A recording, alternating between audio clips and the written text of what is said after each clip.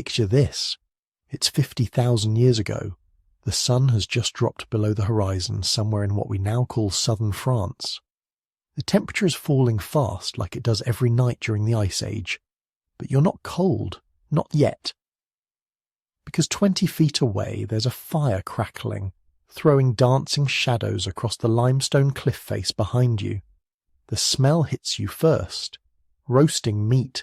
Fat dripping onto hot stones with a sizzle that makes your mouth water. Someone's turning a hair on a spit made from a green branch. The skin is starting to char, split open, revealing the flesh underneath. Next to the fire, there's a flat rock covered with wild roots, still dirt-covered, heating slowly. And in the coals themselves, wrapped in wet leaves, something else is cooking. Maybe freshwater mussels from the river, maybe birds' eggs, maybe wild onions that someone found that morning. You're hungry. You've been hungry for 3 days because the hunting hasn't been good. But tonight, there's food. And tomorrow, if you're lucky, there will be more. This was dinner, not sometimes, not on special occasions. This was how humans ate for hundreds of thousands of years, around fires, with whatever they could find, hunt, trap, or dig up. And here's the thing that should blow your mind.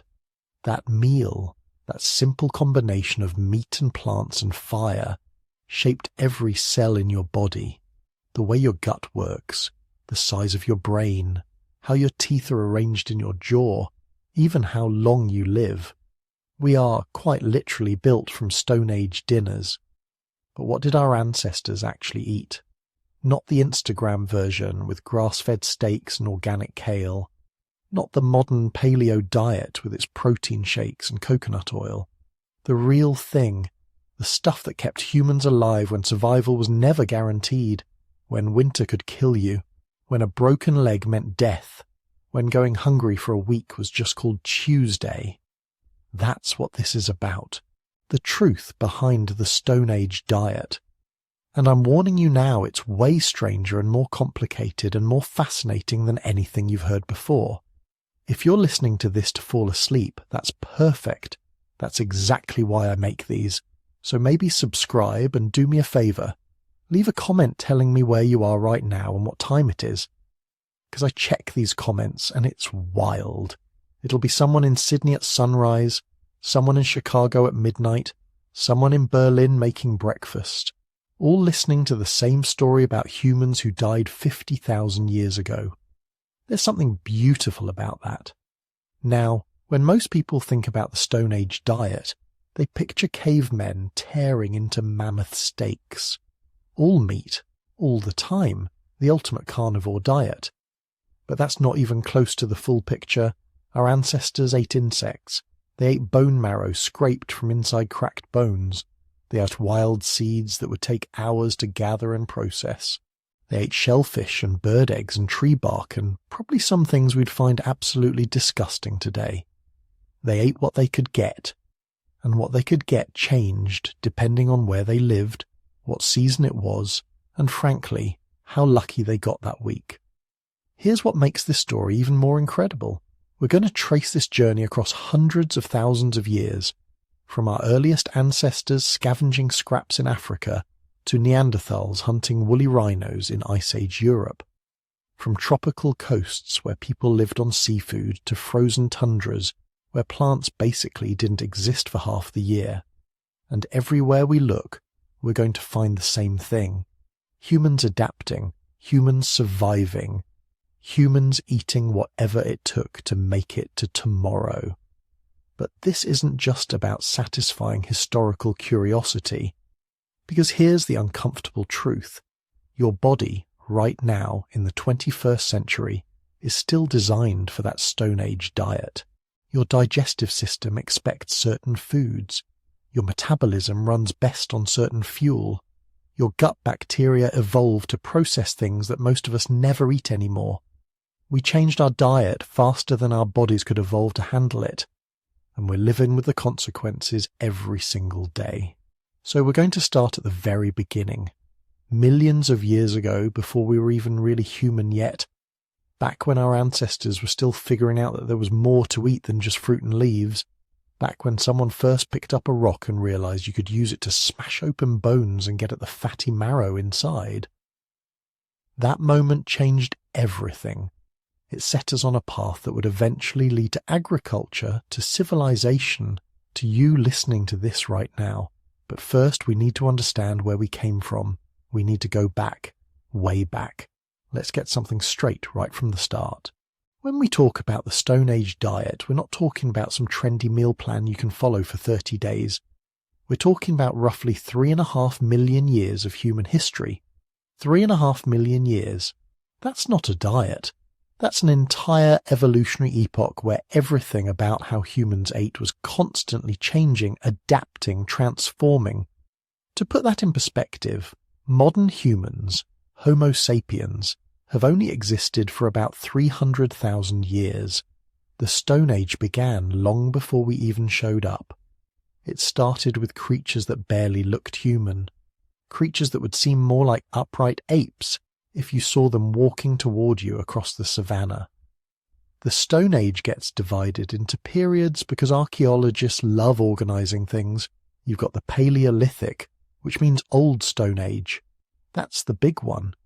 That covers from about 3.4 million years ago up until around 12,000 years ago.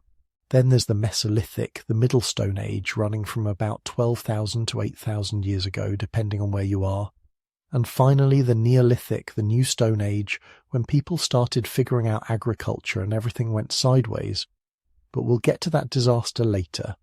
What matters for now is understanding that each of these periods had completely different food landscapes, different climates, different animals, different plants, different humans. Because here's what nobody tells you. There wasn't just one human species eating its way through the Stone Age. There were multiple species of humans, sometimes existing at the same time, sometimes competing for the same resources, each one eating differently because they lived in different places and had different bodies and different brains. Let's start with Homo habilis, handyman, the toolmaker. These guys showed up around 2.4 million years ago in East Africa. Small bodies, still partially adapted for climbing trees, but with brains noticeably larger than earlier apes. They weren't impressive by modern standards. Put a Homo habilis next to a modern human, and you'd be looking at something maybe 4 feet tall, probably weighing less than 100 pounds, with arms that seemed too long, and a face that jutted forward in ways that would look wrong to us. But they were eating meat. Not much, probably. Mostly scavenged from kills made by actual predators.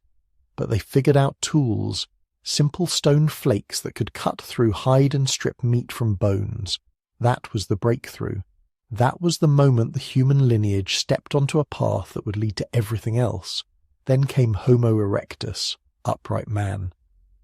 Now we're talking about a game changer. These humans showed up around 1.9 million years ago, and they were different. Taller, sometimes over 6 feet. Bodies built for long-distance walking. Brains significantly larger than Homo habilis. And most importantly, they figured out fire. Homo erectus spread out of Africa. They colonized huge chunks of Asia and Europe. We find their tools and fossils from Spain to Indonesia, from Ethiopia to China. They survived for nearly 2 million years, which makes them the most successful human species in history if you're measuring by longevity. And everywhere they went, they adapted their diet to whatever was available. In Africa, they were probably eating a mix of scavenged meat, hunted small game, roots, tubers, fruits. In Asia, they encountered completely different food sources, different animals, different plants, different challenges. Some populations lived near water and added fish and shellfish to their diet. Others lived in grasslands and focused on hunting herd animals. Still others survived in forests where plant foods would have been more reliable than meat. Then the climate started doing what climate does. It changed, constantly, dramatically, without warning. The Pleistocene epoch, which covered most of the Stone Age, was a time of wild climate swings. Ice ages that lasted tens of thousands of years, where glaciers covered huge portions of Europe and Asia and North America. Then interglacials, warm periods where the ice retreated and forests expanded. Then back to ice again, over and over, cycling every 100,000 years or so. Each swing changed everything. During ice ages, massive grasslands called mammoth steppes covered regions that are forests today. Herds of giant mammals, woolly mammoths, woolly rhinos, giant deer, they dominated these landscapes. Humans who lived in these regions had to become hunters. Had to. Because for half the year, plant foods essentially didn't exist. Everything was frozen.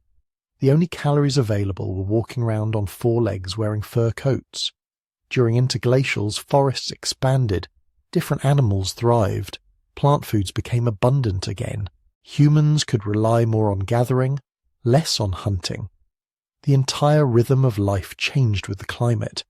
This meant humans were constantly adapting, not over millions of years, but over thousands, sometimes hundreds. Populations that specialized in hunting big game during ice ages had to completely change their strategies when the climate warmed and the forests returned. Groups that had relied heavily on plant foods during warm periods had to learn hunting techniques when the ice came back. There was no single Stone Age diet because there was no single Stone Age environment.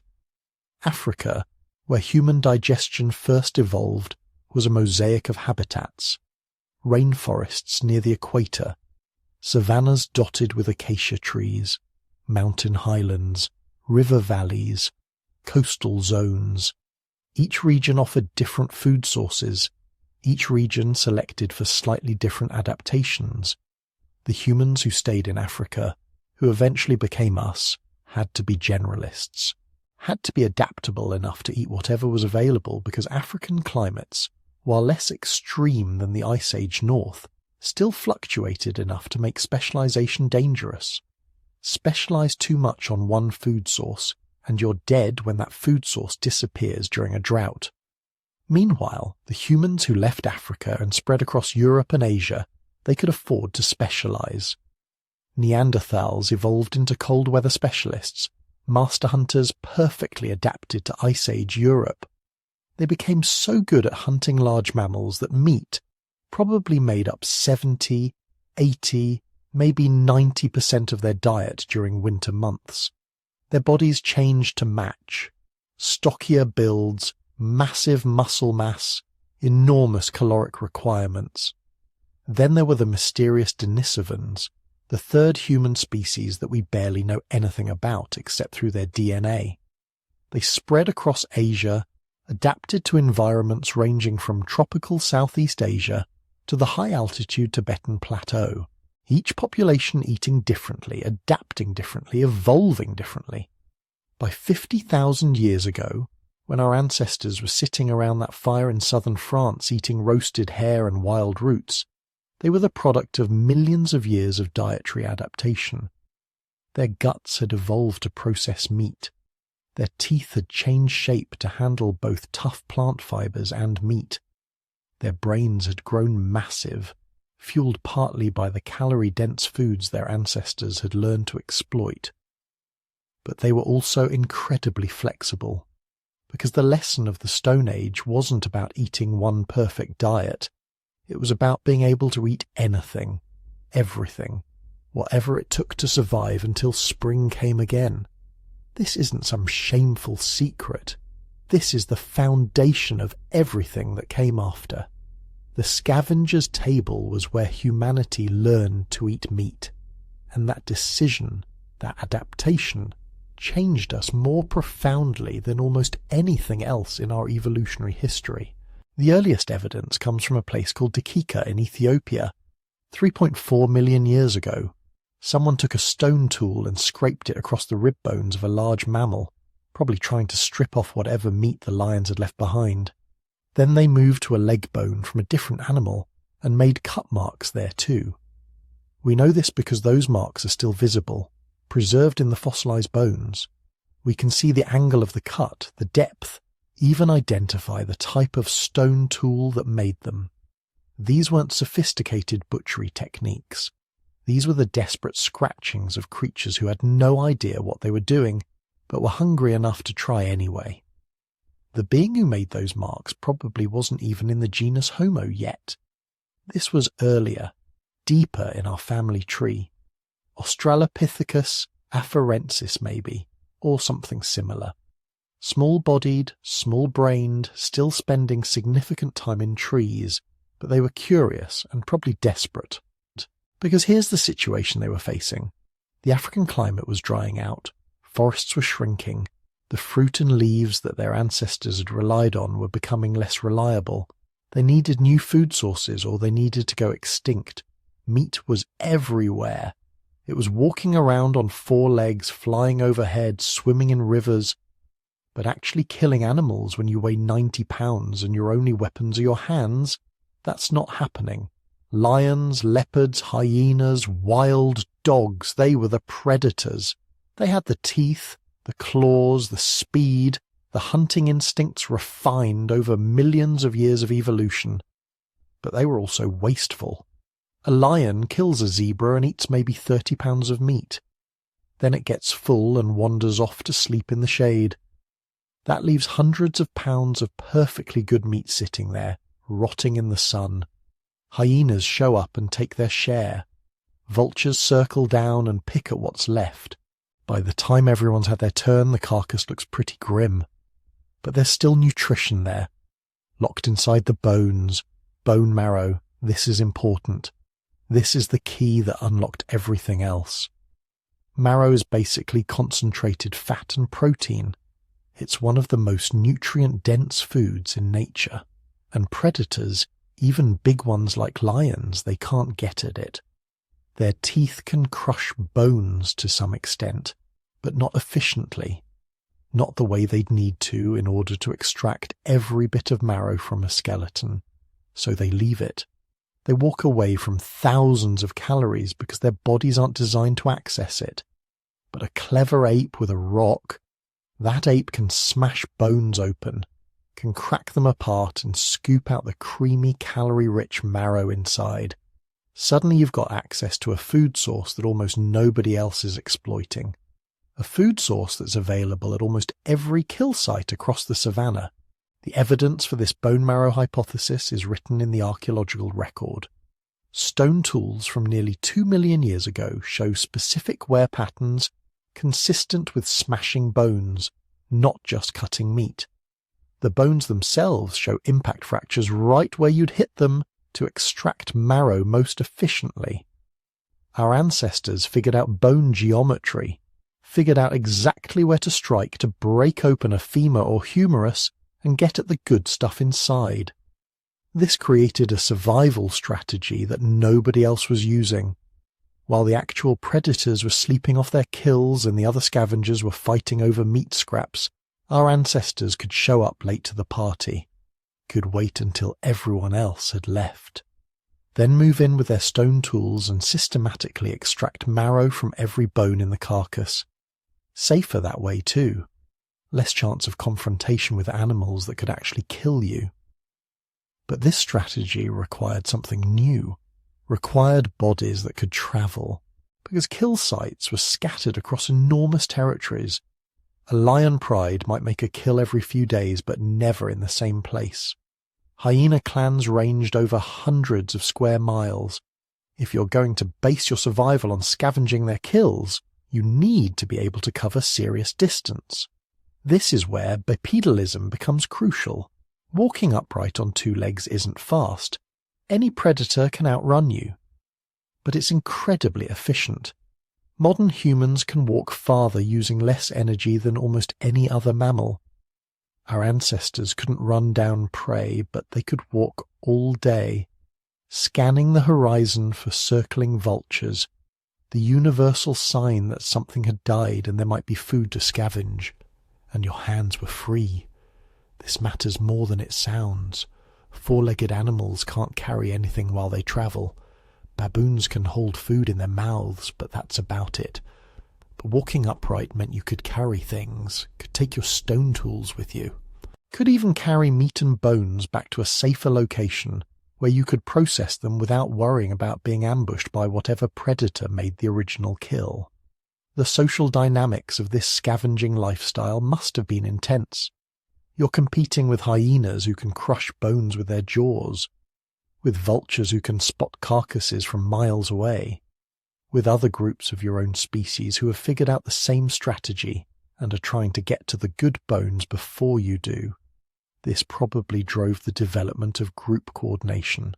One individual approaching a carcass where hyenas are still feeding is going to have a bad time, but 5 individuals working together, throwing rocks, yelling, making themselves look bigger and more threatening, that might be enough to scare off the hyenas and claim the carcass, for a while anyway, until something bigger shows up. There's evidence that different scavenging sites were used repeatedly, suggesting our ancestors learned which locations were most productive. Kill sites near water sources where prey animals came to drink, narrow valleys where predators could ambush migrating herds, river crossings where animals drowned during seasonal floods. These became regular scavenging circuits, routes that groups travelled systematically, checking for fresh carcasses. But here's what really matters: what all this scavenging did to our brains. Meat and especially bone marrow are packed with nutrients that brain tissue needs: omega-3 fatty acids, iron, zinc, B vitamins, protein with all the essential amino acids. This isn't available in plant foods, not in the same concentrations, not in the same bioavailable forms. Over hundreds of thousands of years, consistent access to these nutrients did something remarkable. Brain size started increasing. Not quickly, not dramatically at first, but steadily. Generation after generation, individuals with slightly larger brains had better problem-solving abilities, could remember where good scavenging sites were, could figure out more efficient ways to extract marrow, could communicate better with their group members about where to find food. Those individuals survived better, reproduced more successfully, passed on genes for larger brains to their offspring. Natural selection at work, fueled by the nutritional abundance of the scavenger's table. By 2 million years ago, human brain size had increased by nearly 50% compared to our earlier ancestors. That's not coincidence. That's meat-eating and marrow-cracking selecting for intelligence. But scavenging was never safe, never easy. You're competing with animals that evolved to kill. Every meal came with risk. Every carcass might have a leopard waiting nearby, unwilling to give up its kill to a gang of upright apes with rocks. The evidence shows our ancestors sometimes lost these confrontations, lost badly. Hominin fossils from this period occasionally show tooth marks from big cats, show evidence of being eaten, not just dying naturally. This was the reality of the scavenger's table. Dangerous, uncertain, but calorie-rich enough to be worth the risk. Rich enough to fuel the growth of bigger brains. Smart enough brains that eventually, maybe 1 million years later, humans would stop scavenging and start hunting, would become the predators instead of living off the predators' scraps. But that transformation started here, with desperate creatures smashing bones in the African sun, hoping the hyenas wouldn't come back before they finished eating. Smashing bones and eating raw meat was transformative, but it had limits. Your gut could only extract so much nutrition from uncooked food. Your teeth could only grind through so much raw fiber. Your body spent enormous energy just trying to digest what you'd eaten, leaving less available for growing that expensive brain tissue. Then something happened that changed human evolution more profoundly than perhaps anything before or since. Someone figured out how to control fire, not just use it. Lightning strikes have been starting fires since forever. Our ancestors probably knew you could cook meat in the aftermath of a grassland blaze, but that's opportunistic. That's not the same as carrying fire with you, maintaining it, keeping it alive day after day. That requires a cognitive leap that sounds simple, but represents one of the most important technological achievements in human history. The earliest solid evidence comes from Wonderwerk Cave in South Africa. 1 million years ago, someone was building fires inside that cave repeatedly. We know because the cave sediments contain ash, charred bones, and burned stone tools in layers that span thousands of years. This wasn't accidental. This was controlled, sustained fire use. But the evidence gets murkier as you go further back. Some researchers claim fire control goes back 1.5 million years, maybe even 2 million. Others are skeptical, arguing the evidence is ambiguous, that many supposed ancient hearths could be natural fires that humans simply used opportunistically. The truth probably lies somewhere in between. Fire control probably developed gradually, over hundreds of thousands of years. First just using natural fires when you found them, then learning to keep fires burning longer by feeding them fuel, eventually figuring out how to transport fire carrying embers in containers, protecting them from rain and wind, and finally, though we don't know exactly when, learning to create fire on demand through friction or percussion. But whenever it happened, whenever our ancestors gained full control of fire, the consequences were staggering. Richard Wrangham, a primatologist at Harvard, has built an entire theory of human evolution around cooking. The cooking hypothesis argues that fire, specifically the ability to cook food, was the catalyst that allowed humans to develop large brains, complex social structures, and eventually dominate the planet. It's controversial, but the evidence keeps mounting in its favour. Here's why cooking matters so much. When you eat raw food, your digestive system has to break down tough cell walls, denature proteins, and gelatinize starches all on its own. This requires enormous energy and takes hours, sometimes the better part of a day for foods like raw tubers. Your gut has to be large, muscular, and metabolically expensive just to handle the processing load. Fire does all that work before the food enters your mouth. Heat breaks down collagen in meat, turning tough tissue into something tender. It ruptures plant cell walls, making nutrients accessible that would otherwise pass through undigested. It gelatinizes starches in roots and tubers, converting them from hard, bitter, nearly indigestible lumps into soft, sweet, calorie-rich food. Most importantly, cooking kills pathogens and parasites, making food safer and allowing your immune system to spend less energy fighting off diseases from contaminated meals. The energy savings are massive. Studies of modern primates show they spend something like 6 hours a day just chewing. Gorillas spend even longer, but cooking reduces chewing time dramatically. It reduces the energy cost of digestion by up to 50%. Suddenly you've got all this surplus energy that your body doesn't need to spend on processing raw food. Where does that energy go? Into the brain.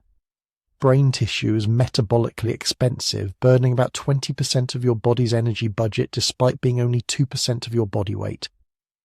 For most species, growing a bigger brain would be impossible because there simply isn't enough energy available. But with cooking, suddenly the energy is there. The freed up calories can be redirected from gut maintenance to brain growth. The anatomical evidence supports this. Around 1.8 million years ago, right when controlled fire use might have been developing, something dramatic happens to human bodies. The gut shrinks, teeth get smaller, jaws become less robust. The massive chewing muscles that attach to heavy skull bone start reducing in size, allowing skulls to become more gracile, more rounded. Brain cases start expanding. This is the signature of cooking written in bone. Bodies adapting to a cooked food diet, losing the equipment needed for processing raw food, gaining the lighter, more efficient anatomy that a fire-using species can get away with. By the time Homo erectus appears in the fossil record, humans look fundamentally different from their predecessors. Smaller guts, smaller teeth, vastly larger brains. The proportions have shifted in ways that only make sense if cooking had become central to survival. the social consequences might have been even more profound than the anatomical ones. Fire creates a gathering point. For the first time in evolutionary history, humans had a reason to return to the same location every evening. The hearth became the centre of social life. You couldn't wander off because the fire needed tending, needed feeding. Someone had to keep watch to make sure it didn't go out or spread where it shouldn't. This created new social dynamics, extended families gathering around the fire after dark. Previously, sunset meant finding a safe place to sleep, probably in trees or on cliff faces, anywhere predators couldn't easily reach. Sleep came early because there was nothing else to do in the darkness. But fire extended the usable day, provided light and warmth for hours after sunset, created a protected space where predators who feared flames wouldn't venture. What did people do with those extra hours? They talked. They shared information about where food could be found.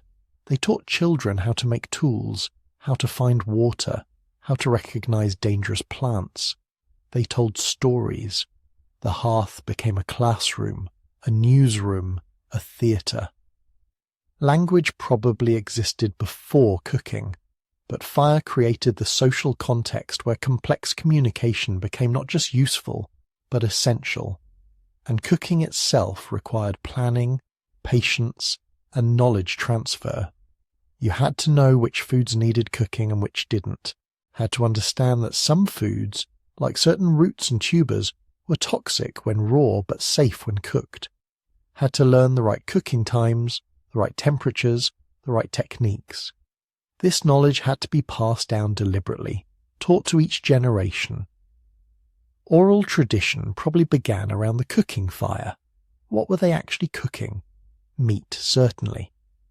Evidence from many sites shows burned animal bones with cut marks, indicating butchered meat was being roasted, but meat was probably the minority of cooked calories.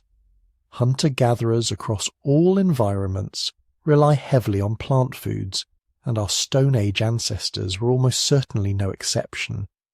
Underground storage organs, tubers, roots, bulbs, these would have been staples. Many are nearly inedible, raw, tough and bitter and full of defensive compounds that plants evolved to discourage animals from eating them. But cooking transforms them. A bitter, rock-hard wild yam becomes sweet and soft after an hour buried in hot coals. Seeds too. Many wild seeds contain toxins or tough coatings that protect them from digestion. Cooking neutralizes the toxins and softens the coatings. This opened up entire categories of food that previous humans couldn't access efficiently. The African savanna might have looked empty to a chimpanzee, but to a human with fire it was full of potential calories just waiting to be unlocked through heat. The cooking fire was also where food preservation probably began. Smoke from the fire would permeate meat hung nearby, helping preserve it for days or weeks instead of hours. This created surplus for the first time. You didn't have to eat everything immediately, could cook large quantities when food was abundant and save some for leaner times. This surplus allowed for more complex social arrangements, gift-giving, reciprocity, the building blocks of the elaborate exchange networks that would characterize later human societies. We are the species that cooks. No other animal does this systematically. Some use tools, some hunt cooperatively, some even have culture in rudimentary forms, but only humans transform our food with fire before eating it. And that single innovation, that one technological leap, rewired our bodies and our societies more completely than we often realize. Every time you turn on a stove, you're participating in a tradition that goes back 1,000,000 years, a tradition that literally made us human. Cooking transformed what our ancestors could eat, but it didn't change what they wanted to eat most: meat, fat, the dense calories that came from animals. And somewhere between 2 million and 500,000 years ago, depending on which evidence you trust, humans stopped being opportunistic scavengers and became something far more dangerous. Active hunters, systematic predators who could track, pursue and kill animals much larger than themselves. The transition wasn't sudden.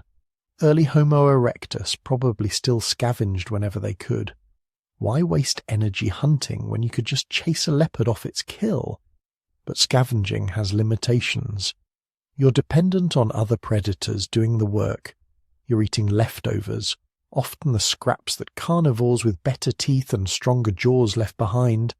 And you're always in competition with other scavengers, always at risk from the predator who made the kill in the first place.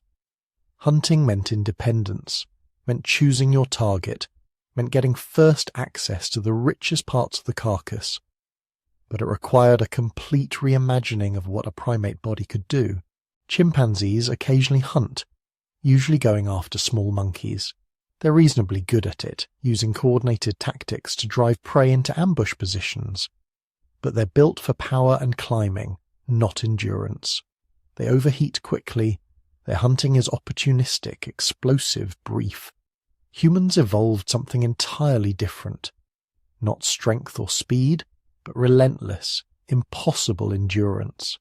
The ability to run for hours in conditions that would kill most other mammals. Persistence hunting, anthropologists call it.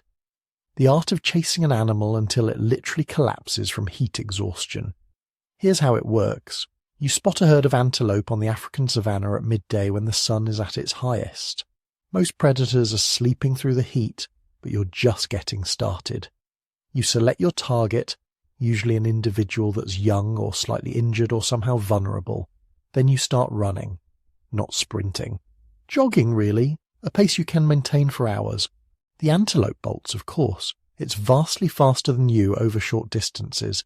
It disappears over a hill and you think that's the end of it. But you're a tracker. You can read the signs it left behind, the prints in the dust, the disturbed vegetation. You follow, not frantically, just steadily. You know something the antelope doesn't. You know that you're going to win. The antelope stops a mile away, panting heavily. Its body wasn't built for extended running in heat. It has fur, which traps heat. It cools itself by panting, which is inefficient compared to sweating. And critically, it can only breathe at certain gaits. When it gallops, its breathing is locked to its stride. It can't increase its breathing rate independently to cool down faster. You arrive at that spot 15 minutes later, still jogging, barely winded. The antelope sees you coming and bolts again. Another sprint, another period of desperate fleeing. But each time it runs, its core temperature rises a little more. Each time it stops, it needs a little longer to recover, and each time you arrive shortly after, implacable, relentless, terrifyingly consistent. After 3, 4, 5 repetitions of this chase, the antelope is in serious trouble. Its temperature is approaching dangerous levels. It's getting clumsy, making mistakes. Eventually, after maybe 3 hours of pursuit, it simply can't run anymore. It stands there, overheated to the point of collapse. You walk up and kill it with a spear thrust or heavy rock. It barely tries to flee. This hunting method sounds insane, but it works. Anthropologists have documented modern sand hunters in the Kalahari Desert using these exact techniques, and it explains almost everything unusual about human anatomy. We're not built like any other primate because we're not adapted for climbing or power. We're adapted for running in heat. Look at human hair distribution, or rather, the lack of it. We're effectively hairless compared to other apes, with over 2 million sweat glands covering our bodies. Those sweat glands are our superpower. They let us dump heat through evaporative cooling far more efficiently than any other large mammal. A human running in midday heat can maintain a stable core temperature, while the animal we're chasing slowly cooks from the inside. Our leg anatomy is equally specialized. The Achilles tendon, that thick cord running from your calf muscle to your heel, acts like a spring, storing and releasing energy with each stride. It makes running far more efficient. Chimpanzees barely have one. It's a running adaptation, refined over millions of years of persistence hunting. So is the gluteus maximus, the largest muscle in the human body. It's mostly useless for walking, but crucial for stabilizing the body during running. Other primates have much smaller versions. Even our inner ear is adapted for running. The semicircular canals that control balance are enlarged in humans, giving us better stabilization during the head movement that comes with extended running. We're persistence hunting machines, evolved down to the neurological level for chasing prey across open country under the merciless sun. But what were they actually hunting? That varied enormously by region and time period. In Africa, the menu included everything from small antelope to juvenile elephants, gazelles, wildebeest, zebras, whatever was available and vulnerable. In Europe, Neanderthals and early modern humans went after much larger game. Woolly mammoths, woolly rhinoceros, giant elk. Dangerous, challenging animals that could fight back. Island Southeast Asia had dwarf elephants and giant lizards. Each region developed its own hunting traditions, its own specialized knowledge about local species. And they weren't just hunting for meat. Modern people, when they think about hunting, think about steaks and roasts, the muscle tissue. But our ancestors knew better. They were after fat. Specifically, they wanted the fattiest parts of the animal, the organs and deposits that modern Western cultures often discard. The brain, the bone marrow, the kidney fat, the deposits around the organs. These were the prizes. Fat contains more than twice the calories per gram as protein or carbohydrates. In environments where starvation was a constant threat, fat was survival. The human body can only process so much protein. Eat nothing but lean meat, and you'll develop protein poisoning, a dangerous condition early explorers called rabbit starvation because it commonly struck people trying to survive on lean game. But fat has no such limitation. You can derive the majority of your calories from fat and thrive. Archaeological sites tell this story clearly. Bones are often found cracked open, the marrow extracted. Skulls are broken to access the brain. These weren't people carelessly smashing bones. They were systematically targeting the richest fat deposits with practiced precision. They knew exactly which bones contained the most marrow, exactly how to crack them without shattering the valuable contents. The hunting was also deeply seasonal. Our ancestors weren't just randomly pursuing whatever they saw. They understood animal behavior across the full annual cycle. They knew when herds would be migrating through certain valleys, knew which water sources animals would be forced to visit during dry seasons, knew when prey would be fat, loaded with calories before winter, versus lean after a hard season. This knowledge took generations to accumulate, passed down through oral tradition, refined by countless observations. Some groups developed specialized techniques, driving herds toward cliffs where animals would panic and fall to their deaths, building funnel-shaped traps that concentrated prey in kill zones, creating ambush points along regular migration routes. These weren't opportunistic tactics. These were sophisticated strategies requiring planning, coordination, and detailed understanding of landscape and animal psychology. And they succeeded spectacularly. By 40,000 years ago, human hunters had spread across every continent except Antarctica. They'd learned to take down the largest land mammals on Earth, had developed throwing spears, and eventually atlatls and bows, weapons that let them kill from a distance with minimal risk. They'd become the planet's apex predator not through strength or speed, but through intelligence, endurance, and the terrifying patience to chase prey until physics itself became the weapon. But here's what almost every popular account of Stone Age life gets catastrophically wrong.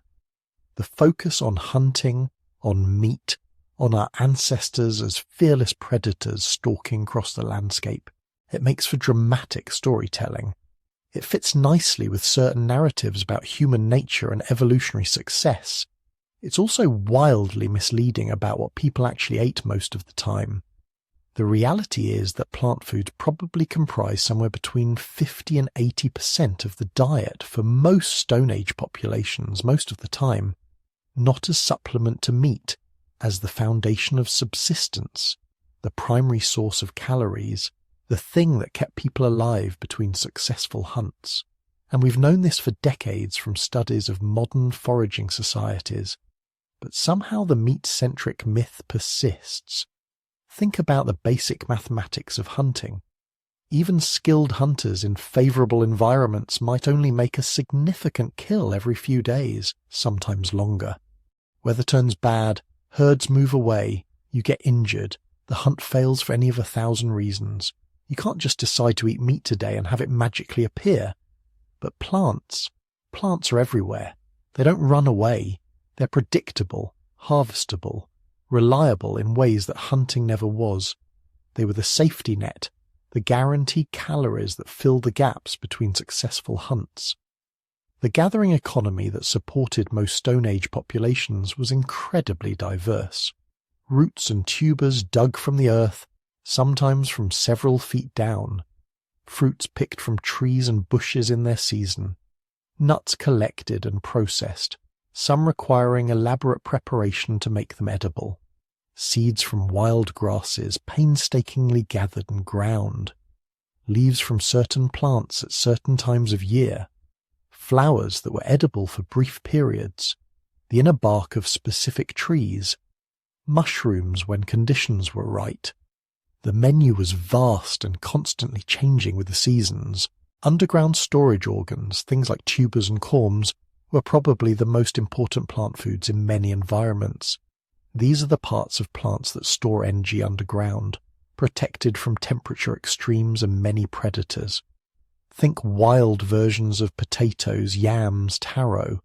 They're dense in carbohydrates, can often be stored after harvesting, and critically they're available year-round if you know where to look. When surface resources dried up during dry seasons, when fruits weren't fruiting and nuts weren't available, you could still dig up tubers. They were famine insurance, but harvesting them required knowledge and effort. You needed to recognize the above-ground parts of plants during their brief visible periods, remember the locations, then return months later when the above-ground parts had died back. You needed digging sticks strong enough to excavate hard soil, knowledge of how deep different species stored their tubers, understanding of which ones required cooking or processing to remove toxins before eating. This wasn't simple foraging. This was botanical expertise accumulated over generations. The plant knowledge of Stone Age peoples would have been staggering by modern standards. They needed to know hundreds of species, which ones were edible in which seasons, which parts were safe and which were toxic, which required processing and what specific techniques made them edible, how to identify them at different growth stages, where they grew and when they'd be ready for harvest. This knowledge was survival. Getting it wrong meant poisoning. Forgetting it meant starvation. Some plants required elaborate processing that would never be obvious without cultural transmission. Certain acorns contain high levels of tannins that make them bitter and toxic, but leach them in running water for days and they become nutritious staples. Some roots are deadly unless properly prepared but provide crucial calories once processed. Modern experiments with foraging typically fail because people don't have this accumulated knowledge. They try to figure things out from scratch and quickly discover that most wild plants are either inedible, unpalatable, or require processing techniques that aren't intuitively obvious. We know this dietary diversity existed because we've found it written in the most unexpected place, inside the hardened plaque on ancient teeth. Dental calculus, that crusty build-up that dentists scrape off during cleanings, traps microscopic particles of whatever you've been eating, and unlike most organic material, it preserves for tens of thousands of years. Archaeologists have been analysing this material for the past couple decades, and what they've found has revolutionised our understanding of Stone Age diets. The calculus from Stone Age teeth contains microscopic plant remains representing astonishing diversity. Starch grains from roots and tubers, phytoliths, the silica structures from grasses and other plants, pollen from flowers, plant fibers from leaves and stems, chemical signatures from dozens of plant species. Some specimens show evidence of over 50 different plant types being consumed by a single individual. This isn't supplementary eating. This is systematic exploitation of the full botanical environment. Even more remarkably, the evidence shows sophisticated food processing, heated starch grains indicating cooking, ground plant particles suggesting the use of grinding stones, chemical modifications that only happen with certain preparation techniques. Our ancestors weren't just eating whatever raw plants they stumbled across. They were processing, preparing, and probably combining plants in ways that maximize nutrition and palatability. And here's the part that popular narratives consistently fail to acknowledge. In most foraging societies, we can actually observe women do the majority of gathering while men focus primarily on hunting. This probably wasn't a rigid division. People were flexible, doing whatever work needed doing. But as a general pattern, women's gathering activities provided the majority of calories, the reliable foundation of subsistence. The meat from hunting was important, providing crucial fats and proteins, but it was women's plant knowledge, women's daily gathering labour, that kept communities fed through lean periods and seasonal shortages. The economic backbone of Stone Age life wasn't the dramatic hunt. It was the patient, systematic gathering of plant foods that happened every single day. Different regions developed specializations based on what was locally abundant. In parts of Africa, mongongo nuts became a staple. They're incredibly nutritious, can be stored for long periods, and were abundant enough that some groups could rely on them as a primary food source. Archaeological sites show mongongo nuts being consumed for thousands of years, generation after generation returning to the same groves, managing them, protecting them, building seasonal rounds around their harvest. In Europe, hazelnuts filled a similar role. Sites dating back tens of thousands of years show massive accumulations of hazelnut shells. Not scattered randomly, but concentrated in specific areas, suggesting deliberate collection, processing, and possibly storage. These were managed resources, not opportunistic snacks. In the Middle East, wild cereals, the ancestors of wheat and barley, grew in dense stands that could be harvested systematically. There's evidence that people were processing these grains, grinding them into flour, long before agriculture developed. They understood their nutritional value and had developed the tools and techniques to make them edible. This plant-focused reality of Stone Age diet matters because it changes everything about how we understand human evolution and adaptation. We didn't evolve primarily as carnivores who occasionally ate plants. We evolved as flexible omnivores who could exploit whatever resources were available, with plant foods providing the consistent caloric foundation and meat providing crucial nutrients and fats when available. The story is far more complex, far less dramatic, and far more interesting than the simple hunting narrative allows. But plants were only half the story. To really understand what our Stone Age ancestors ate and what it did to their bodies, you have to follow them somewhere else entirely, to the edge of the land, to the places where rock meets water, where tides breathe in and out, and the world smells like salt and rotting seaweed. For a long time, archaeologists assumed that serious use of the sea came late, that early humans were landlocked hunters and gatherers who only occasionally wandered down to the beach to grab whatever washed up. The ocean was treated almost like a stage backdrop, dramatic, but not really part of the plot. That view is disappearing. More and more evidence suggests that some of the smartest bets our ancestors ever made were made on coastlines. In fact, one of the most influential ideas in recent human evolution, the coastal migration theory, is built around this simple observation. Shorelines are cheat codes. Imagine you're part of a small band leaving Africa. Inland, resources are patchy. You have to know the plants, follow the herds, keep complicated seasonal calendars in your head. One bad year and you might starve. Now picture hugging the coast instead. You move along beaches, rocky shores, estuaries, mangrove swamps. Everywhere you go, the same broad categories of resources are waiting for you. Shellfish, crabs, small fish trapped in tidal pools, seaweed, shorebirds and their eggs, carcasses of marine animals washed ashore.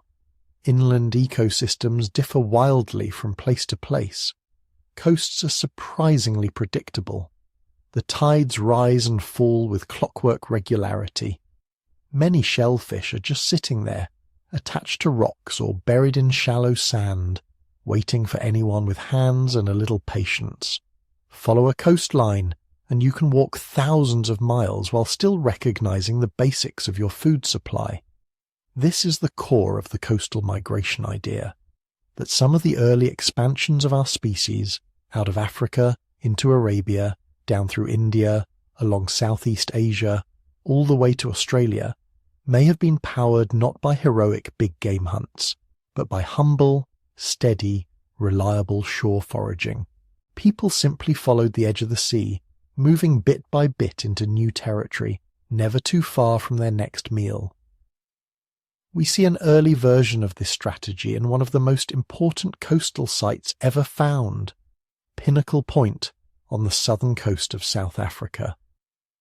Picture a rugged stretch of shoreline, steep cliffs facing an often violent ocean, caves carved into the rock, some open to the light, others stretching deep into darkness. And inside those caves, in layers of sediment more than 160,000 years old, archaeologists found something that changed how we think about human diet. Mountains of shells, mussels, limpets, other shellfish species piled up in dense layers called middens, ancient garbage dumps of eaten meals. Some of these deposits have been dated to around 164,000 years ago. That's long before the famous European cave art, long before the last ice age reached its peak, long before most of the iconic Stone Age scenes people imagine. These shells tell us that early Homo sapiens weren't just occasionally nibbling on coastal foods, they were systematically harvesting the sea, and they weren't doing it randomly. The shells show signs of size selection. People were probably choosing individuals big enough to be worth the effort. Burn marks suggest they were cooking them, using heat to open the shells and make them safer and easier to eat. Some layers come and go seasonally, implying that groups were returning to these caves at particular times of year when shellfish were at their best. Pinnacle Point isn't unique. Other South African coastal sites show similar patterns, as do later sites in North Africa and the Eastern Mediterranean.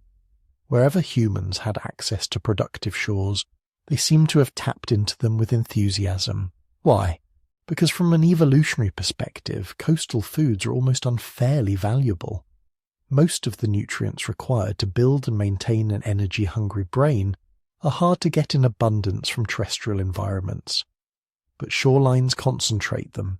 Take DHA, for example, docosahexaenoic acid, a long-chain omega-3 fatty acid that's a critical structural component of the human brain and retina.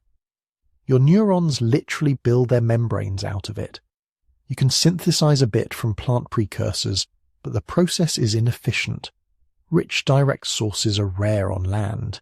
In the sea they're everywhere: fatty fish, shellfish, marine mammals, even some seaweeds. They all sit on top of a marine food web packed with omega-3s.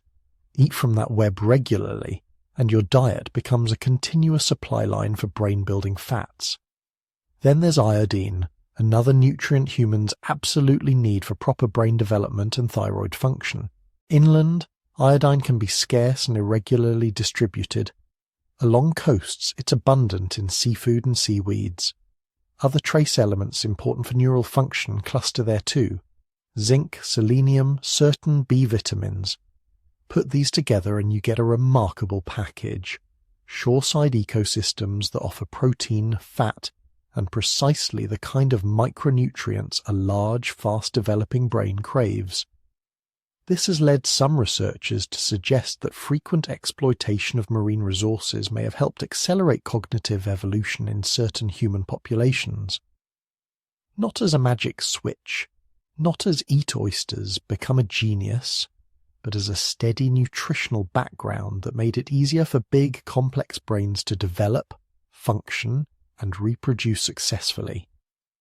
We can't prove a direct cause and effect line. Evolution is never that simple, but the timing is intriguing. Some of the earliest evidence for what archaeologists call behavioral modernity, complex tools, symbolic use of pigments, structured use of space, shows up in coastal sites that also show intensive marine foraging. People gathering shellfish, exploiting tidal zones, and at the same time leaving behind evidence of increasingly sophisticated mines. And the coastline menu wasn't limited to shellfish. As time goes on, we start seeing clearer and clearer hints that our ancestors weren't just picking up what the sea offered. They were actively hunting in it. In parts of Africa and later in Europe and Asia, archaeologists find barbed bone points. Elegant, carefully shaped implements with backward-facing teeth that help keep a struggling animal from escaping once it's been speared.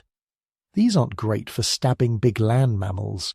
They excel in water, where the drag of liquid can help set the barbs, and where prey-like fish and aquatic mammals can be slippery and hard to hold. Alongside these tools, we find fish bones in quantities and patterns that don't look like random scavenging. Species that live in deep water, or that are most easily caught with traps, nets, or specialized hooks. Evidence of large-scale exploitation of salmon runs. Signs of people taking advantage of spawning seasons, tides, and currents.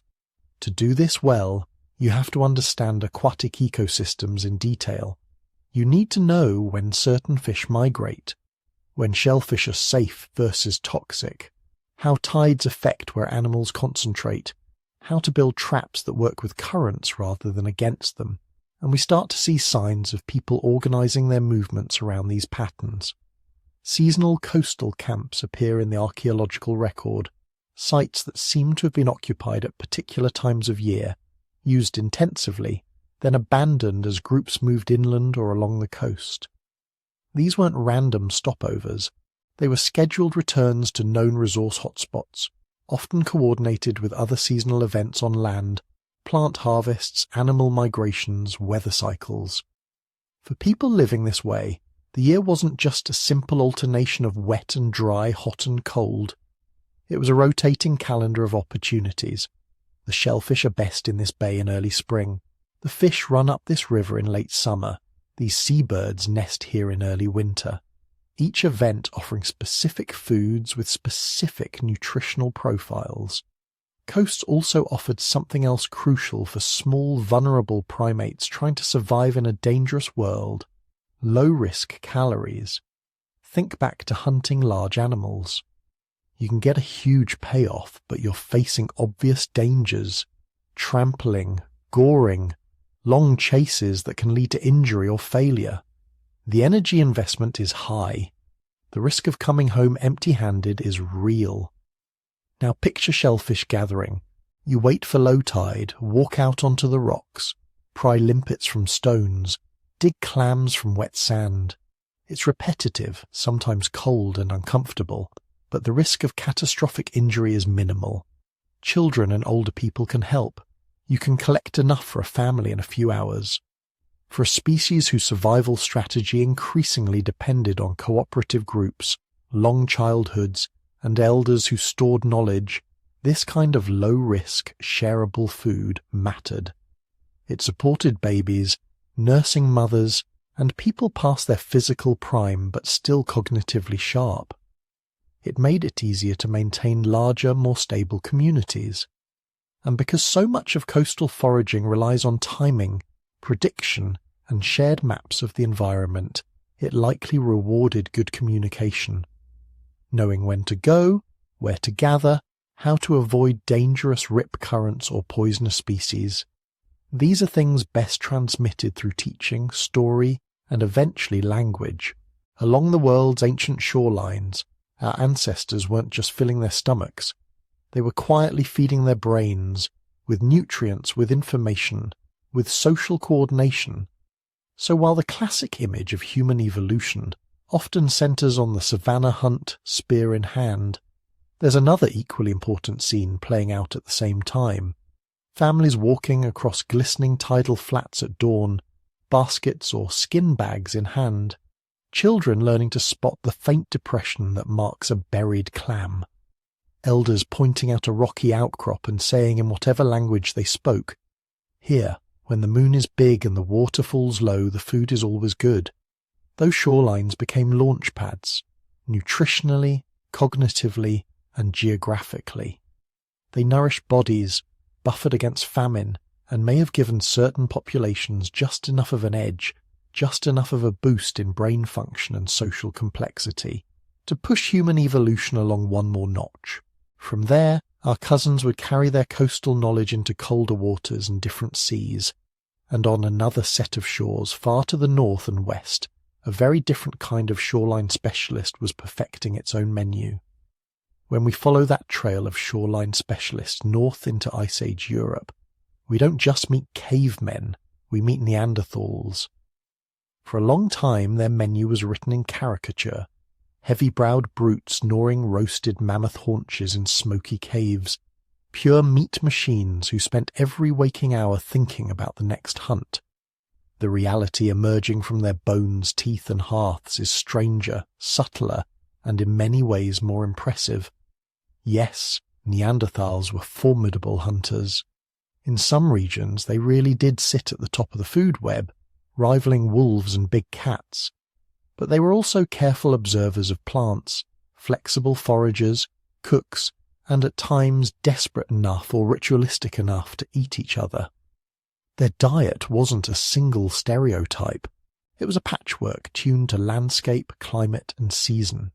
Start in the cold north, Ice Age France, Germany, Belgium, open steppe, scattered forests, winters that dragged on, summers that were short and intense. Here, the chemistry in Neanderthal bones tells a clear story. When scientists analyze nitrogen and carbon isotopes locked in ancient collagen, they're essentially reading a dietary fingerprint. Herbivores cluster at one level, predators at another. In site after site in northern and central Europe, Neanderthal signatures sit up high, right alongside apex carnivores, sometimes above them. In places like Vindiger Cave in Croatia or Grotte du Renne in France, Neanderthal isotope values suggest a diet dominated by large herbivores, mammoth, woolly rhinoceros, steppe bison, giant deer, not just occasionally, habitually. They weren't nibbling on scraps left by lions, they were the lions. To sustain that, they needed an entire culture of hunting, group coordination, knowledge of animal migrations, the courage and strength to confront creatures that could kill a human with a single kick. Their skeletons bear the cost, healed fractures, compressed spines, injuries that look eerily like what modern rodeo riders accumulate. In that environment, meat and fat were survival. Plants were there, but for much of the year, calorie-rich, easily digestible plant foods were scarce or buried under snow and ice. It makes sense that the northern Neanderthal menu leaned heavily toward animal tissue. But move south, toward the Mediterranean, into what is now Spain, Italy, Greece, and the picture softens, complicates. In warmer, more forested landscapes with milder winters, Neanderthals had options, and they took them.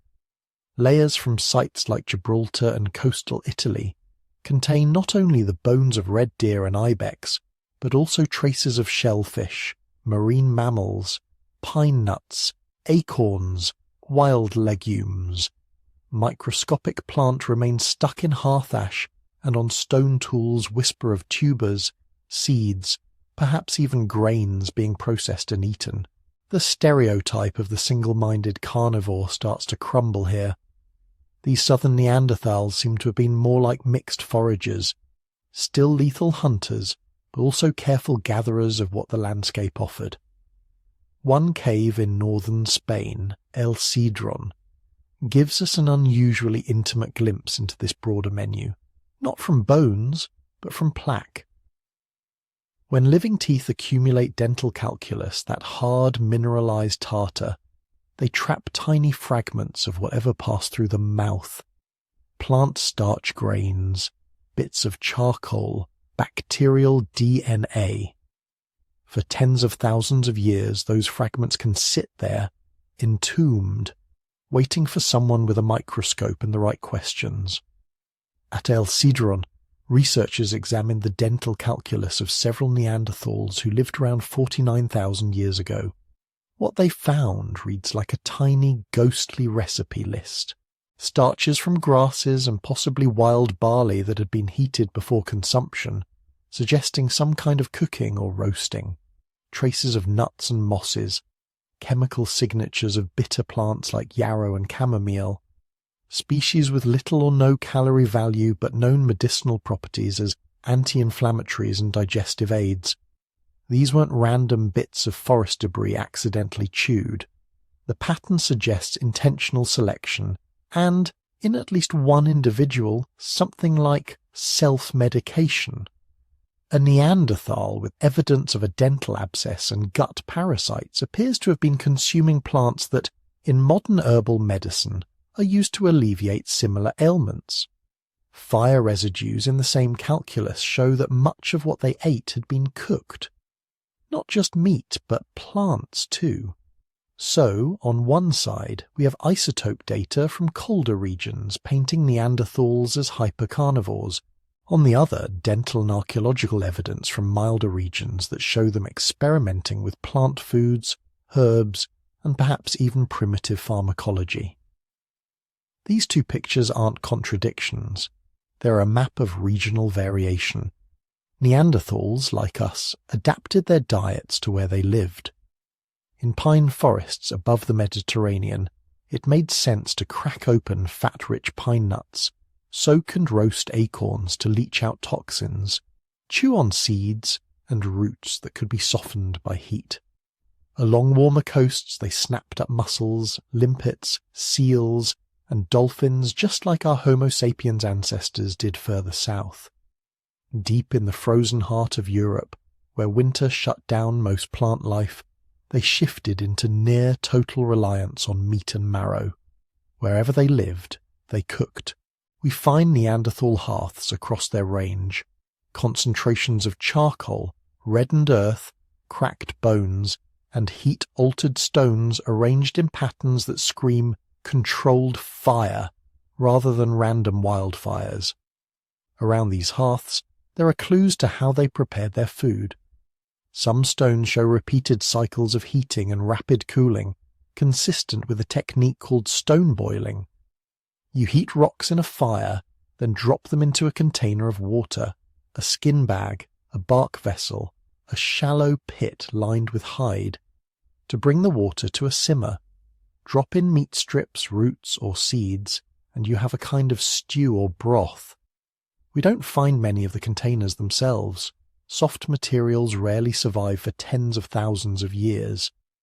But the physics of those burned and cracked stones, combined with ethnographic parallels from recent hunter-gatherers, make stone boiling a strong candidate for Neanderthal cooking. Grinding marks on some stones and where patterns on certain tools suggest they were also processing plants. Grinding seeds into meal, pounding fibrous roots to make them more digestible. Even a basic mashing or pre-chewing of tough food would have changed its nutritional impact, making more calories accessible, easing the burden on teeth and gut. None of this lines up with the old image of Neanderthals as clumsy, unimaginative eaters. They knew how to transform their food, but not every trace they left behind is comforting. At a number of sites, El Cedron again, Krapina in Croatia, Moulagursi in France, Neanderthal bones themselves bear the marks of butchery, cut marks in the same places you'd slice to remove meat from an animal limb. Cracked long bones, clearly open to access marrow.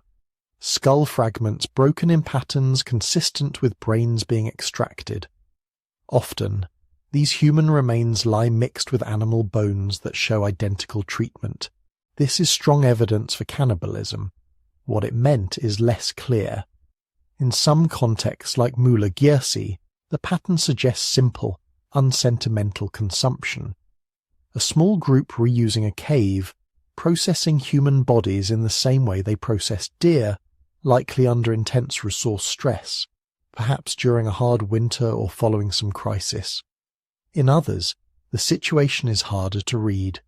Some skeletons show signs of careful placement or partial burial alongside evidence of defleshing, hinting at more complex behaviours, possibly ritual manipulation of the dead, perhaps a mixture of reverence and practicality that doesn't map cleanly onto any single modern category. Whatever the motives, the presence of cannibalism in their archaeological record tells us two important things about Neanderthal life. First, their food security could fail.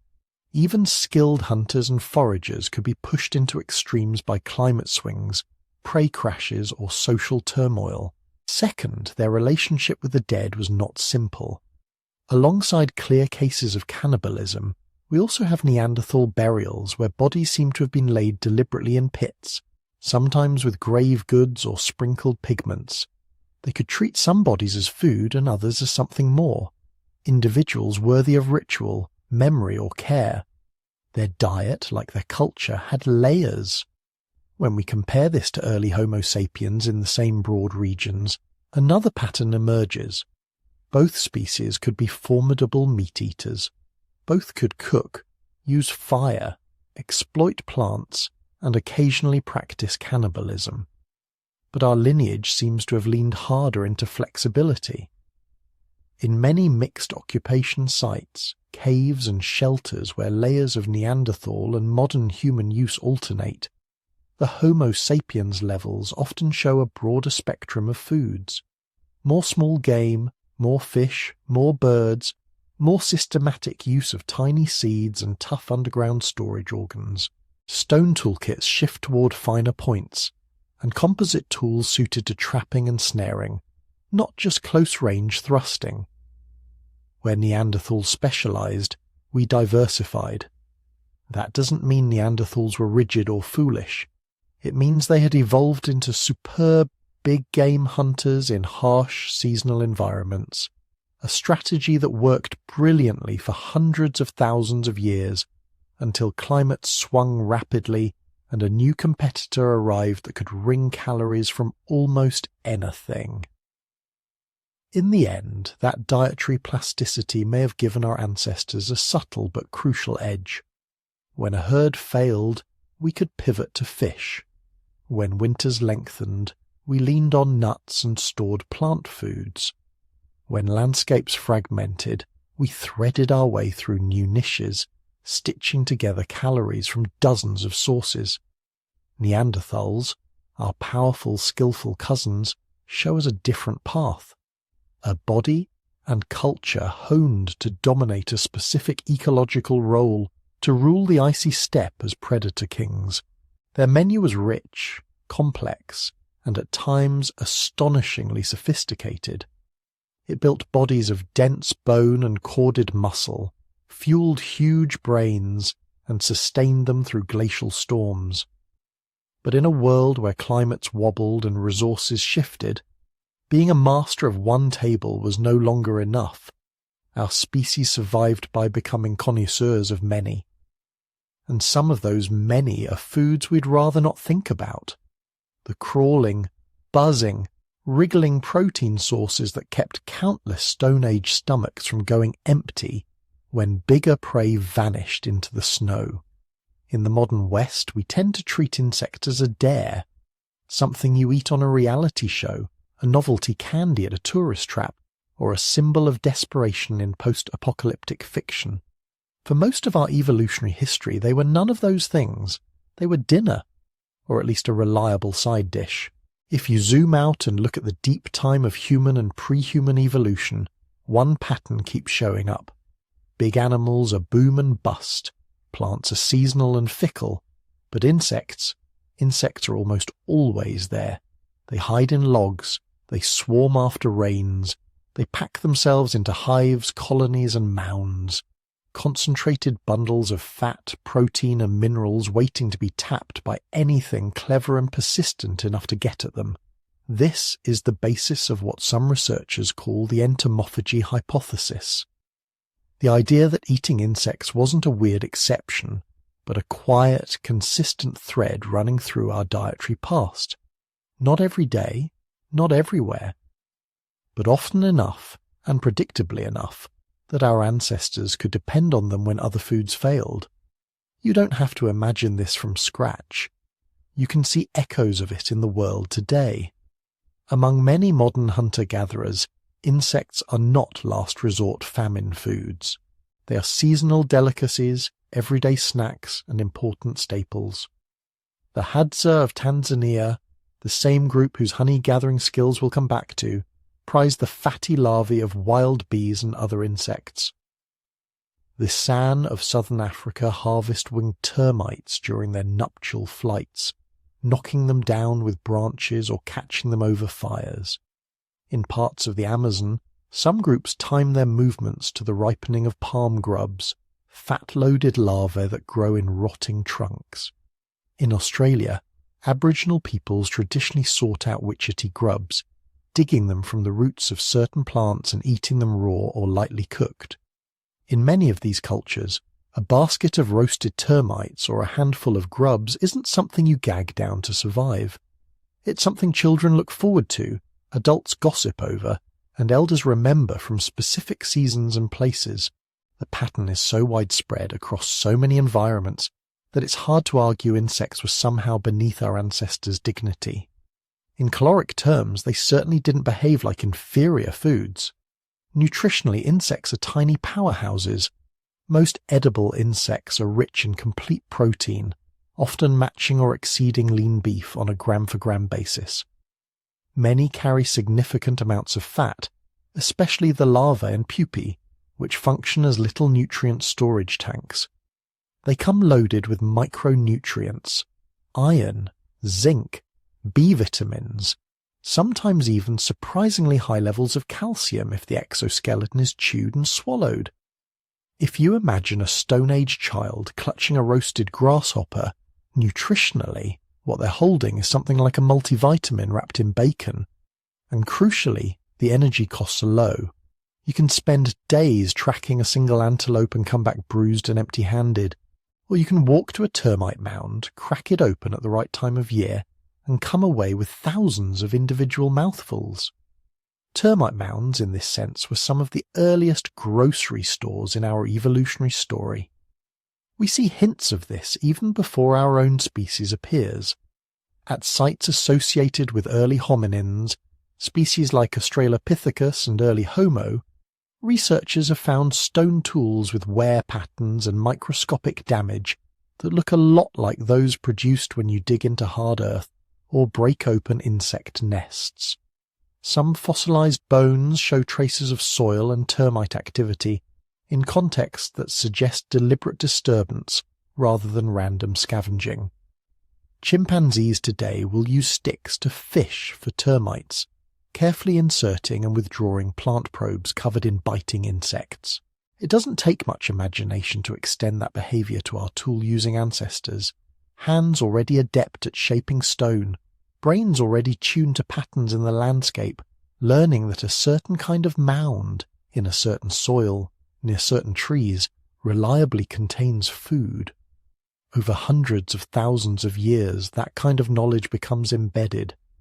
Grandmothers pointing with their chins toward a particular hill. Children taught which mounds are alive and which are abandoned. Young foragers learning how to time their visits to termite swarms after the first heavy rains. These aren't dramatic hunting stories, they're quiet habits, which is exactly why they can be so evolutionarily powerful.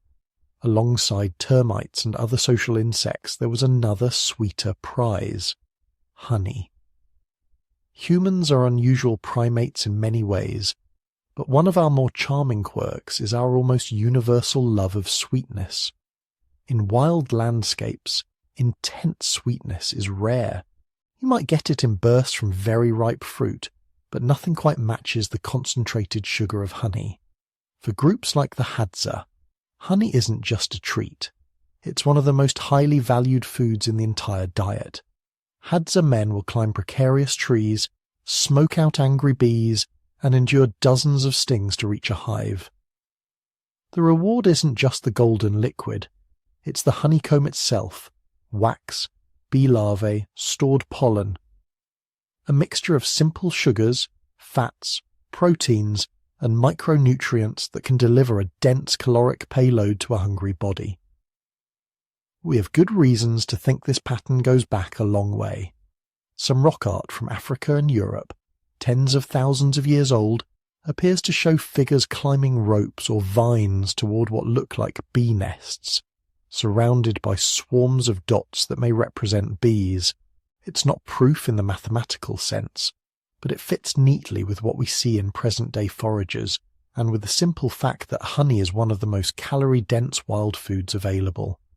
For an ancestor living on the edge of energy balance, walking long distances, nursing children, healing from injuries, a seasonal infusion of honey and larvae would have been a gift. Then there are the grubs, larvae and pupae hiding in dead wood, under bark, in the roots of plants, or in the guts of fallen palms. Soft-bodied, slow, relatively defenseless. You don't need complex tools or coordinated group strategies to catch them.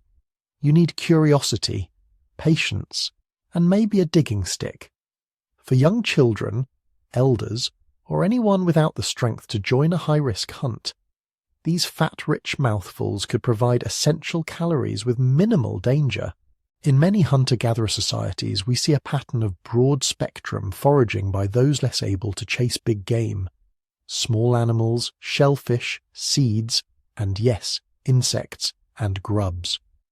Taken together, these foods form a quiet safety net under the more glamorous calories of large prey. When anthropologists reconstruct the likely diets of our Stone Age ancestors, insects almost always appear in the background as part of that net. Not the star of the meal, but the thing that meant the difference between hungry and weak, between losing weight fast and holding steady when a hunt failed or plants were out of season. Given all this, it raises an obvious question. If insects are reliable, nutrient-dense, and historically familiar, why do so many of us now find them unthinkable as food? Part of the answer is simple. Abundance changes taste. With the rise of agriculture, especially in the last 10,000 years, human communities in many regions began to produce large surpluses of plant calories, grains, pulses, later potatoes and maize. Domesticated animals converted some of that into predictable meat, milk and fat. In societies built on cereal fields and livestock herds, the daily risk of severe calorie shortfall dropped. Food became more storable, more uniform, more processed. Against this backdrop, insect eating started to look unnecessary. And what is unnecessary in a culture that has the luxury of choice is often rebranded as undesirable. Religions and social norms layered on top of that economic shift. In some traditions, insects were lumped in with unclean creatures, associated with decay, filth, or punishment. In others, they simply fell out of the canon of respectable foods, sidelined by bread, beef, and wine. Meanwhile, in places where agriculture was less dominant or ecosystems made crop surpluses harder to maintain, insects remained on the menu. Southeast Asia, parts of Africa, Latin America, in many of these regions, markets still sell fried crickets, roasted caterpillars, and seasoned ant eggs as ordinary foods. The Westerner version isn't universal. It's historical and cultural, the product of a few centuries of abundance and a particular set of values about what proper food looks like. But our bodies don't share those values. From a purely biological perspective, the Stone Age logic still holds. Insects, larvae, honey and grubs are nutrient-dense, often safer than large carcasses that can rot or harbour parasites, and generally less risky to obtain than charging a wounded buffalo. They're part of the forgotten protein landscape that shaped our teeth, our guts, and our expectations of what a landscape can offer. When we remember that, a strange thing happens. The idea of a hunter returning empty-handed from the plains feels less absolute. Behind him, in the shade of trees and in the cracks of old logs, children and elders might be prying out beetle larvae, cracking termite mounds, following honey guides to hidden hives. The drama of the big hunt is still there, but beneath it runs a quieter, humbler current of crawling, buzzing life. That hidden layer of protein and fat helped buffer our ancestors against the chaos of climate and the whims of large prey. And it sets the stage for the next step in our culinary evolution. Not just finding food where it already exists, but transforming it, storing it, and bending time itself so that abundance in one season could feed hungry mouths in another. If insects and honey were ways of finding hidden calories in the present, fermentation and storage were ways of smuggling calories into the future. They were, in a very literal sense, time-bending technologies, and like many important inventions in human history, they probably began as accidents. Imagine a shallow pit near a camp lined with leaves. People throw things into it, leftover tubers, some chewed but not finished fibrous roots, maybe scraps of fruit. It's shaded, slightly damp, and not too far from where people relieve themselves. In modern terms, we'd call that a fermentation starter. Microbes from soil, skin, and guts drift in. Find this mix of carbohydrates and moisture and begin to feed. They break down tough plant fibers, produce acids and gases, and change both the texture and the flavour of what's in the pit. If you came back a few days or weeks later and tasted it, one of two things would happen. Sometimes it would be rotten in the way we mean when we say don't eat that. Slimy, foul, clearly dangerous. But sometimes it would be sour, fizzy, softer, and oddly pleasant. Easier to chew, easier to digest. The sort of thing you might eat when you were hungry enough. Then notice, afterwards, that your belly felt strangely comfortable instead of bloated and aching. Over years and generations, those lucky accidents start to look less like accidents and more like traditions. Ethnographers working with modern hunter-gatherers and small-scale horticulturalists have documented an astonishing variety of fermented foods produced with minimal equipment. Roots buried in the ground to soften, seeds soaked and left to sour, fish and meat aged in pits or under stones, honey diluted with water and left until it begins to fizz. It's unlikely that formal fermentation, in the way we now think of cheese or wine, sprang fully formed 50,000 years ago, but the basic principle, let microbes do some of the digestion for you, is so simple and the conditions so common that many researchers suspect our ancestors were harnessing it long before agriculture. When you look at what fermentation does, you can see why. It preserves. By turning sugars into acids or alcohol, it makes food less hospitable to dangerous bacteria. It unlocks nutrients. Sour fermentation can reduce anti-nutrients in plants, make minerals more available, and partially break down complex carbohydrates. And it creates new chemicals that interact directly with our brains. Modern studies on fermented foods and the microbiome are still in their early days, but a general picture is emerging.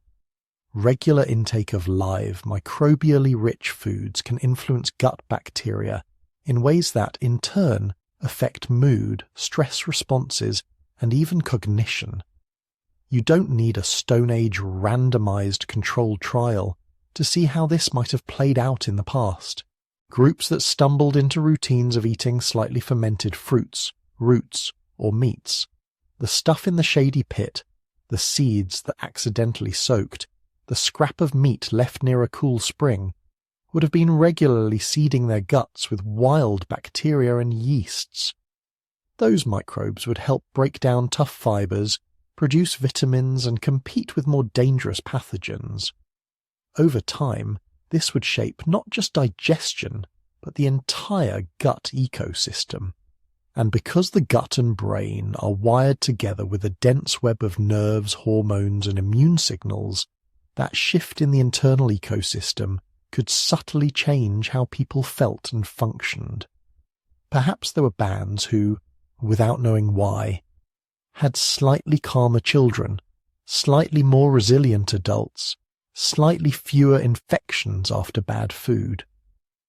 Those small differences, stretched out over thousands of years, can turn into big evolutionary nudges. Fermentation may have been one of the quiet, invisible forces training our bodies and brains to live in deep cooperation with microbes. But fermentation is only half the story. The other half is storage. If you look at the Stone Age through the lens of food, it's a long negotiation with seasonality.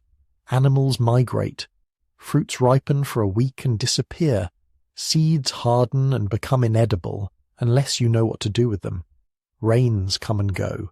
Any group that wanted to sit in one place for more than a fleeting season needed ways to stretch abundance into scarcity. Archaeologists find hints of this in places that, at first glance, don't look like much. Dark stains in the earth, clusters of stones, odd patterns of bones and shells. At sites in the Levant and Europe dating back tens of thousands of years, there are pits that don't match the profile of simple trash dumps.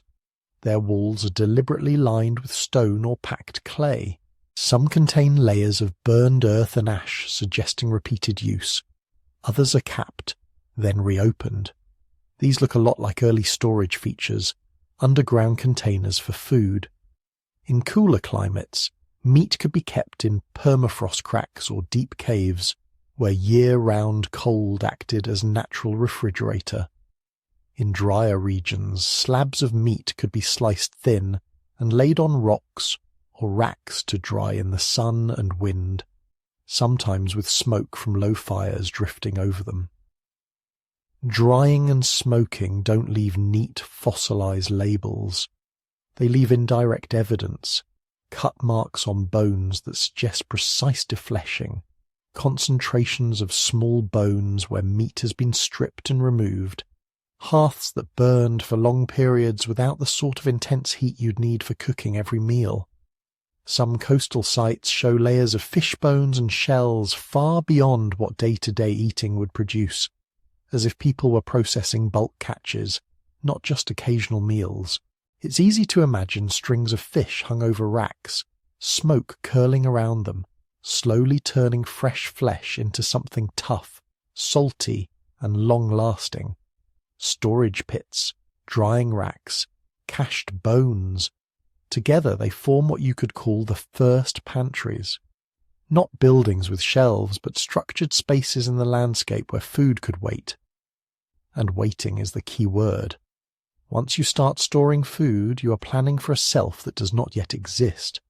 The person who will stand here weeks or months from now, hungry, grateful that you took the time to bury those nuts, dry that meat, or stash those roots in a cool cave. That kind of forward-looking behavior doesn't appear out of nowhere. It rests on a base of social trust. If it takes days to dig and line a pit, to fill it with surplus food you could eat right now, you're making a bet that you or your kin will be the ones to open it later, and that others will respect that. Anthropologists working with modern foragers often see unwritten rules around caches and shared stores. Some things are free for all.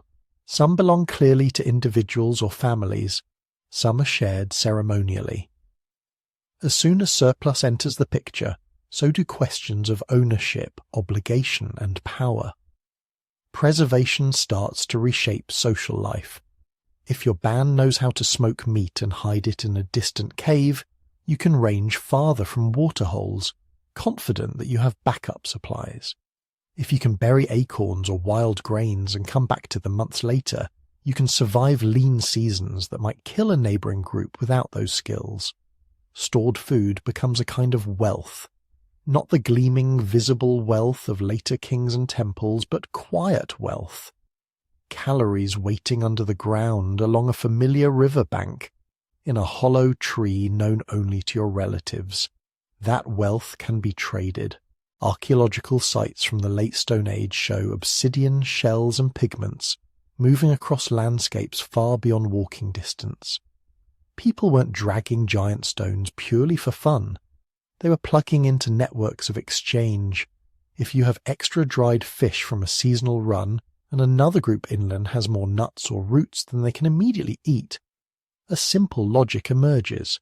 We'll meet at the same place next year, bring what we have too much of, and leave with what we lack. Food preservation makes delayed reciprocity possible.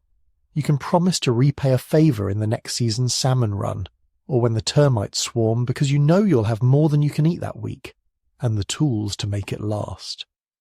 Somewhere in this web of burying, smoking, drying and sharing, another kind of fermentation may have slipped in, the fizzy, head-swimming kind. There is a long-running debate among archaeologists about when humans first began deliberately brewing alcohol. The safe statement is that clear, unambiguous evidence comes with settled villages and agriculture. But the ingredients for accidental alcohol are simple: sugar, water, wild yeast and thyme. Ripe fruit that falls and collects in a hollow rain-filled tree trunk can ferment all by itself. Honey diluted with water and left in a skin bag can turn into a rough mead. Starchy roots or grains that begin to sprout, then sit in warm water, will yield a sweet liquid that microbes happily convert to alcohol. Primates, including chimpanzees, have been observed seeking out naturally fermented fruit. Some human groups today produce mildly alcoholic drinks from wild plants with minimal equipment, suggesting that the conceptual leap is small. At some point, maybe tens of thousands of years ago, our ancestors weren't just bumping into drunken fruit by accident. They were learning that if you leave this mixture alone for a while, it changes in predictable ways. Alcohol in small doses is a social drug. It alters mood, loosens conversation, blurs edges. In a world where group cohesion could mean life or death, a shared mildly intoxicating drink might have become part of ritual, bonding, or storytelling. And of course, like other fermented foods, early brews would have carried microbial passengers, adding yet another layer of influence on the gut and brain. Put all of this together, the sour pits, the smoked racks, the buried caches, the first experimental brews, and you can see the faint outline of a future that hasn't quite arrived yet. A future in which humans don't just follow food, but begin to command it. Fermentation and storage are small acts of control over nature's timing. Once you've learned that you can coax microbes to work for you, that you can bend seasonal abundance into something like stability, the next questions come almost automatically. If I can keep these roots from spoiling, could I make sure there are more of them next year growing closer to camp? If I can gather and dry all this grain, what happens if I deliberately scatter some of it in a clearing? If I can rely on my pit of acorns to get my children through the winter, what would it take to have not just enough, but extra, enough to trade, to give away, to build obligations that stretch into the future? The Proto-Pantry, those first pits, racks and caves, isn't agriculture. The plants and animals are still wild, the landscape still mostly untamed, but the mental shift has started. Food is no longer just something that appears and disappears out there, beyond human control. It's something you can slowly, experimentally, begin to shape. And as we'll see, once humans took that step, once they began to lean harder and harder on storage, surplus and control, the rhythm of feasts and famines that had pulsed through our species for millions of years started to change. For most of our species' history, the idea of breakfast, lunch and dinner would have sounded like a strange joke. Food did not arrive by clock. It arrived by chance, by weather, by migration routes, by whether the berries came in late this year or the antelope herd shifted its path 10 miles to the east. Your ancestors ate when they could, what they could, as much as they could safely carry in their stomachs and sometimes a bit more. Then they stopped, not because the clock said so, but because there was nothing left within reach that was worth the effort or the risk. The rhythm of their eating was written in the landscape, not in routine. In many environments, that rhythm took the shape of a long, slow wave, months of relative scarcity, then a burst of abundance so extreme it was almost absurd. Imagine a dry savanna at the end of the lean season. The grasses are brittle, roots are small and woody, the animals are thin and wary, people are lean too, not necessarily on the brink of death, but always slightly hungry, always calculating. Every decision has a caloric cost. Walk to that distant waterhole and maybe find something, or stay here and conserve energy. Try to dig for those deep tubers you found last year, or accept that the soil is too hard and your hands already ache. Then the rains arrive. The change is not polite. It can be violent. Thunder, sheets of water, sudden floods. Within a week or two, the world changes colour. Shoots push through the soil. Flowers appear. Insects swarm. The air hums. Animals respond first. Ungulates that have been clustered around the last shrinking water sources begin to move, tracking the green. Birds follow. Predators follow the herbivores, and humans follow everything. This is the time of plenty that older people in the band have been talking about since the start of the dry season. The time when the fruits swell and split, when fish run, when certain trees drop protein-rich seeds in such numbers that the ground looks carpeted. In those weeks, the logic of eating flips. The problem is no longer how do we find enough, but how do we handle all of this before it disappears? On days when a large animal goes down, or a salmon run hits its peak, or a patch of wild grains ripens all at once, the only rational response is to gorge. Modern hunter-gatherers do this routinely. Ethnographers tell stories of people eating several thousand calories in a single sitting after a successful hunt, then moving slowly, contentedly for hours, laughing about their swollen bellies.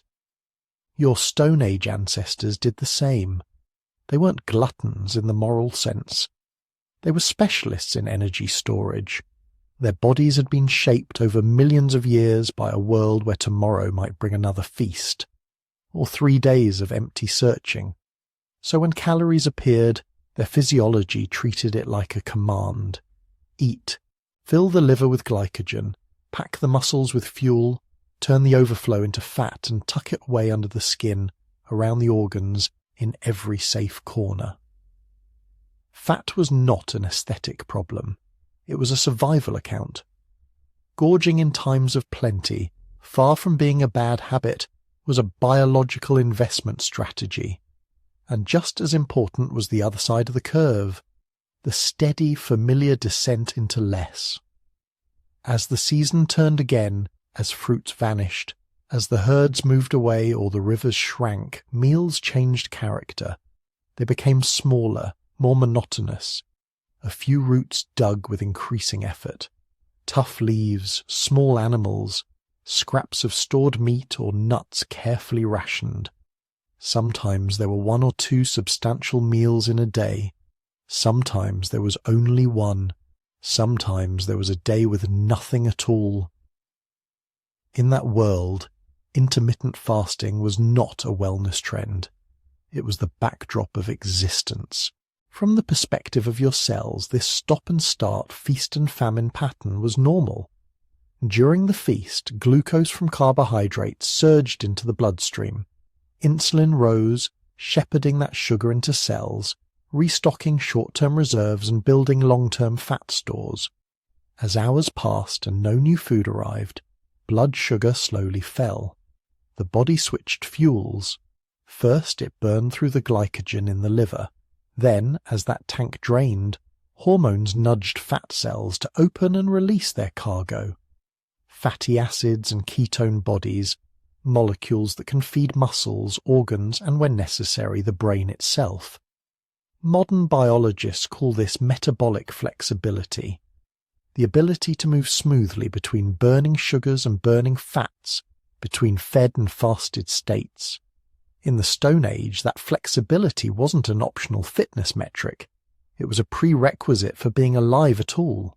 Children who could tolerate longer gaps between meals without becoming weak, unfocused, or dangerously hypoglycemic had better odds of surviving hard seasons. Adults whose bodies could down-regulate energy use, tapping fat reserves while maintaining enough clarity to track animals or dig roots, were more likely to keep their offspring alive.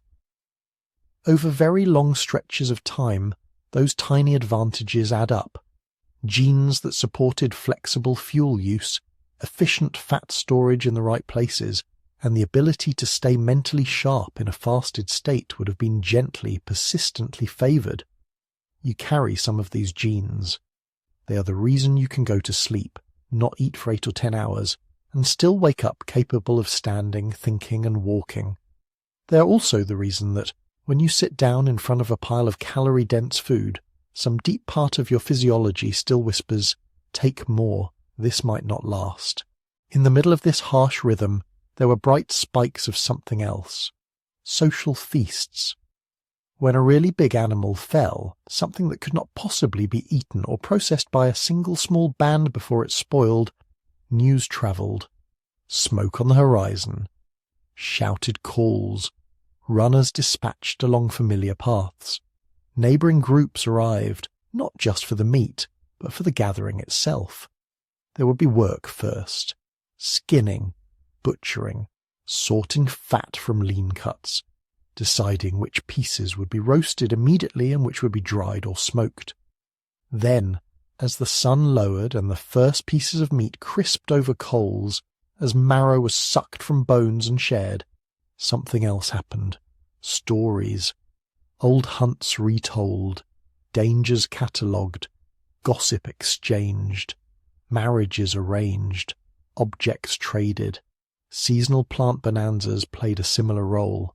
When a certain tree dropped its oily nuts, or a valley flushed with ripe fruit, or an insect swarm became so dense that children could fill baskets with a few sweeps of their hands, people didn't just gather food, they gathered each other. In those feasts, calories were converted into more than body fat. They were converted into memory, obligation, affection, and knowledge. Who helped in the butchery? Who shared their last piece of dried meat in the previous lean season and now received the best cut in return? Who knew the path to the hidden spring or the timing of the next fish run? The feast-famine rhythm was biological, but it was also social. Abundance wasn't only stored in bellies and in hidden caches, it was stored in relationships. If you look at modern human bodies in light of this ancient pattern, some puzzles begin to make sense. Our hormones that regulate hunger and satiety, leptin, ghrelin, insulin, are exquisitely tuned to short-term fluctuations, but they are not very good at dealing with permanent abundance. Our fat cells are eager to receive and reluctant to let go, because for most of history a generous fat reserve was insurance, not liability. Our brains react to sugar and fat with powerful reward signals, because in the past those were rare jackpots scattered through a sea of low-calorie fibre and lean protein. What we have now in many places is not just more food, it is a broken rhythm. The scarcity part of the cycle has been, for many people, almost entirely removed. The feast never ends. The famine never arrives. We still carry bodies that expect long walks before and after big meals, that anticipate days of light eating after a week of heavy abundance, that are comfortable sliding into mild ketosis overnight or during a hungry afternoon. When that slide never comes, when we graze from waking to sleep, or eat highly processed foods that keep blood sugar elevated and insulin constantly at work, those old metabolic programs can start to misfire. Some researchers think this mismatch helps explain why conditions like obesity, type 2 diabetes, and fatty liver disease are so common in modern societies with stable food supplies. Our biology isn't bad, it's simply calibrated for a world where a festival of meat and honey would be followed, inevitably by a long return to roots, leaves, insects, and, on some days, water alone. Remembering that older pattern isn't about romanticizing hardship or prescribing a single, natural way to eat now. It's about understanding that every cell in your body is descended from a lineage that learned to dance to a very specific tune. Now there is food. Now there is less. Now there is almost none. Now, suddenly, there is plenty again. In the next part of this story, we'll follow that tune into the skeleton itself and see what this ancient rhythm of scarcity and abundance carved into bones, teeth, and the quiet record of health left behind in the earth. If you want to know what that rhythm of feast and famine really did to your ancestors, you don't start with recipes, you start with bones. Archaeologists sometimes call skeletons the archive of the flesh. Long after skin has rotted away and soft organs have vanished without a trace, bone keeps quiet notes. Every stress, every long illness, every period of malnutrition leaves some kind of signature. Not always dramatic, sometimes just a slight thinning here, a faint line there, a tiny porous patch at the eye socket. Taken one by one, these details are easy to miss. Taken across hundreds of skeletons, across thousands of years, they begin to sound like a story. In many late Stone Age sites, that story is unexpectedly consistent. You see people whose bodies were used hard, joints worn, spines compressed, muscle attachments thick and powerful, but who show surprisingly few of the chronic diseases that define modern life. Their skeletons are not perfect, far from it, but they carry a different pattern of damage.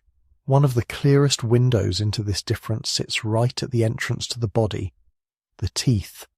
If you picture Stone Age mouths as rows of broken, blackened stumps, the archaeological record has a gentle correction to offer. In many pre-agricultural populations, cavities are rare. Gum disease tends to be mild. Tooth loss in middle adulthood is much less common than in later farming communities. The paradox is striking.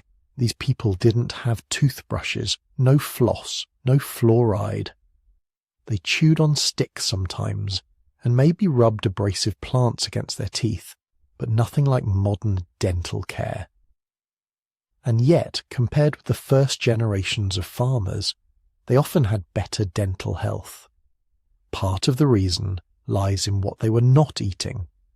Refined sugars and finely milled starches, the things that bacteria adore, the things that stick in the cracks and feed plaque, simply did not exist. Their carbohydrates arrived wrapped in fibre, roots that had to be chewed, wild fruits with tough skins, seeds and nuts ground on stone but rarely to the talcum-fine consistency of modern flour. Food cleared more quickly from the teeth. Blood sugar surged less abruptly. The bacteria that cause cavities had a harder time finding a permanent foothold. When agriculture arrived, and with it diets heavy in soft, sticky grains, all of that changed. In skeletons from early farming villages, you see a dramatic jump in cavity rates, abscesses, and tooth loss. In the hunter-gatherers who came before, dental problems certainly existed. There are cracked molars, broken incisors, infections that went bad. But as a population pattern, mouths were often cleaner than those of their village-dwelling descendants. Below the jawline, another contrast appears. Stone Age bones are quite literally denser. When you hold a well-preserved femur from a pre-agricultural hunter-gatherer and compare it to one from a later sedentary farmer, the difference is almost tactile. Thicker cortical bone, more robust muscle attachments, a kind of structural confidence that comes from a lifetime of carrying your own body weight, and often much more, over long distances. These were people for whom movement was not optional. Walking, running, climbing, squatting, lifting, digging. The daily load on their skeletons was enormous. In response, their bones adapted. Bone is not a static material. It is constantly being broken down and rebuilt. Strain and impact are signals. Make this part stronger. Reinforce this bridge. In many hunter-gatherer populations, especially those living in rugged terrain, the result is a skeleton that would, by modern standards, qualify as heavily trained. This doesn't mean they were invulnerable. There are plenty of healed fractures, crushed vertebrae, and misaligned joints in the record, reminders of falls, accidents, and violence. But conditions like severe osteoporosis, bones so thin that simple falls shatter hips and wrists, seem to have been much less common before long-term sedentary life became the norm. Even their height holds clues. If you trace average stature through time, using long bones as a guide, a pattern emerges. In many regions, late Stone Age hunter-gatherers reach impressive heights. Men and women as tall, or almost as tall, as people in the best-nourished modern societies. Then, with the dawn of agriculture, average stature often drops, not a little, sometimes by several centimetres in just a few thousand years. This doesn't mean farmers were genetically shorter. It suggests that, on average, their growing bodies were not getting as high-quality nutrition or as consistent access to protein and micronutrients as their foraging ancestors. Children born into early farming communities might have had enough calories. Bulk grain porridge can fill a belly, but not enough diversity, less meat and fish, fewer wild greens, more reliance on a single staple crop that could fail, rot, or be contaminated. When stress and infection layered on top of that, growth faltered. Scattered among the tall and the shorter are even finer marks of scarcity. On the surface of children's teeth, pale horizontal lines sometimes appear like faint tree rings. These are enamel hyperplasias, scars left when growth briefly stopped or slowed because of illness or malnutrition. In long bones, you occasionally see similar interruptions, dense lines that mark a pause in growth, a crisis survived. In the bones around the eyes and inside the skull, porous sponge-like changes can signal chronic anemia, often linked to iron deficiency or long-term infection. Taken together, these signs tell us that Stone Age life, even before agriculture, was not a golden age of effortless health. There were lean seasons that bit into children's growth. There were years when meat was scarce, when roots failed, when infection and hunger conspired. But in many hunter-gatherer groups, these episodes seem to have been intermittent, not permanent. Bodies rebounded. Teeth with enamel scars still belong to adults whose later bones look strong and fully grown, as if hard years in childhood were followed by better ones. The skeletons also record what that foraging life did to joints. Knees, hips, and lower backs from late Stone Age adults often show osteoarthritis, the gradual wearing down of cartilage, and the formation of extra bone at joints. This is not the inflammatory arthritis of an overactive immune system. It is the straightforward, mechanical kind that comes from a lifetime of use. Grinding grains on stone hour after hour, year after year, leaves a characteristic pattern in wrists, elbows, and shoulders. Certain finger joints become enlarged and roughened. Digging sticks and carrying loads on the head or back reshape vertebrae, creating compressed discs and bony spurs. In coastal groups, repeated paddling and hauling nets leave their own signature in the shoulders. In high-latitude groups, endless scraping of hides and twisting of fibres does the same for hands. To modern eyes, these changes can look alarming. But many individuals with severe joint wear show no signs of catastrophic disability. Their bones attest to continued use. Remodeled areas, new muscle attachments, healed microfractures. They kept moving, adapting to pain, changing how they worked. In some ways, the picture resembles that of modern manual labourers and lifelong athletes, bodies marked by their occupations, but still fundamentally strong. Amid all of this, a final, often misunderstood question hovers. How long did they live?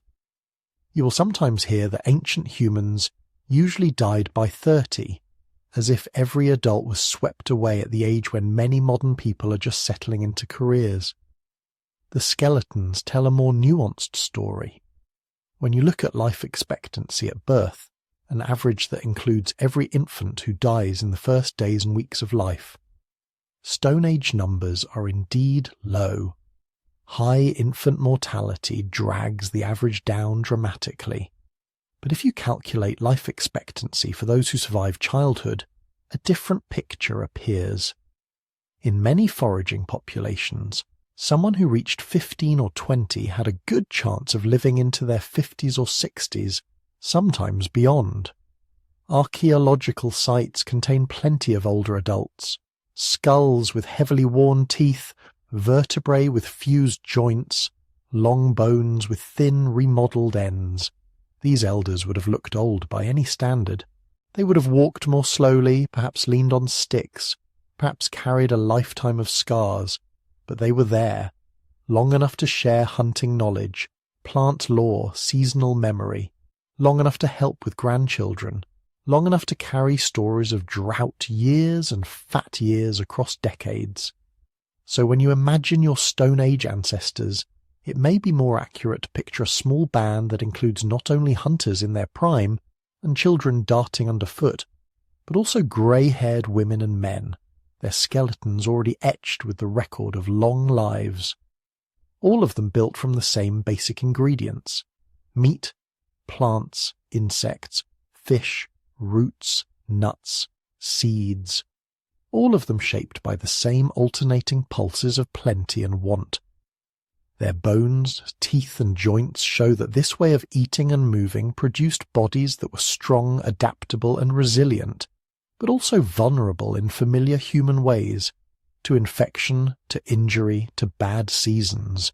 Inside those bones, another story was unfolding too, a quieter story, invisible to the naked eye. In the next part, we'll travel down into that hidden world, into the twisting tunnels of the gut, and the invisible multitudes that once fed on the same ancient diets your ancestors did. If bones are the archive of the flesh, the gut is the archive of the meal. It doesn't fossilize in the same satisfying way. Intestines vanish. Stomach linings dissolve. The living, shifting communities of microbes that once filled those dark spaces disappear within hours of death. And yet traces remain. Sometimes, in dry caves or desert rock shelters, people left behind something most archaeologists are strangely delighted to find: fossilized poop. The technical term is coprolite, but at its heart it is exactly what it sounds like: a moment of digestion, frozen in time.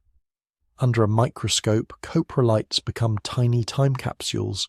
You see pollen grains from plants long vanished from the local landscape, bits of crushed bone and shell, fragments of insect wings, starch granules from roots and seeds, parasite eggs, and with modern techniques, you can sometimes recover fragments of DNA from the bacteria that once lived in those ancient guts. The picture that is emerging from these unlikely fossils and from hardened plaque on Stone Age teeth, the yellowish crust dentis now called dental calculus, is surprisingly consistent.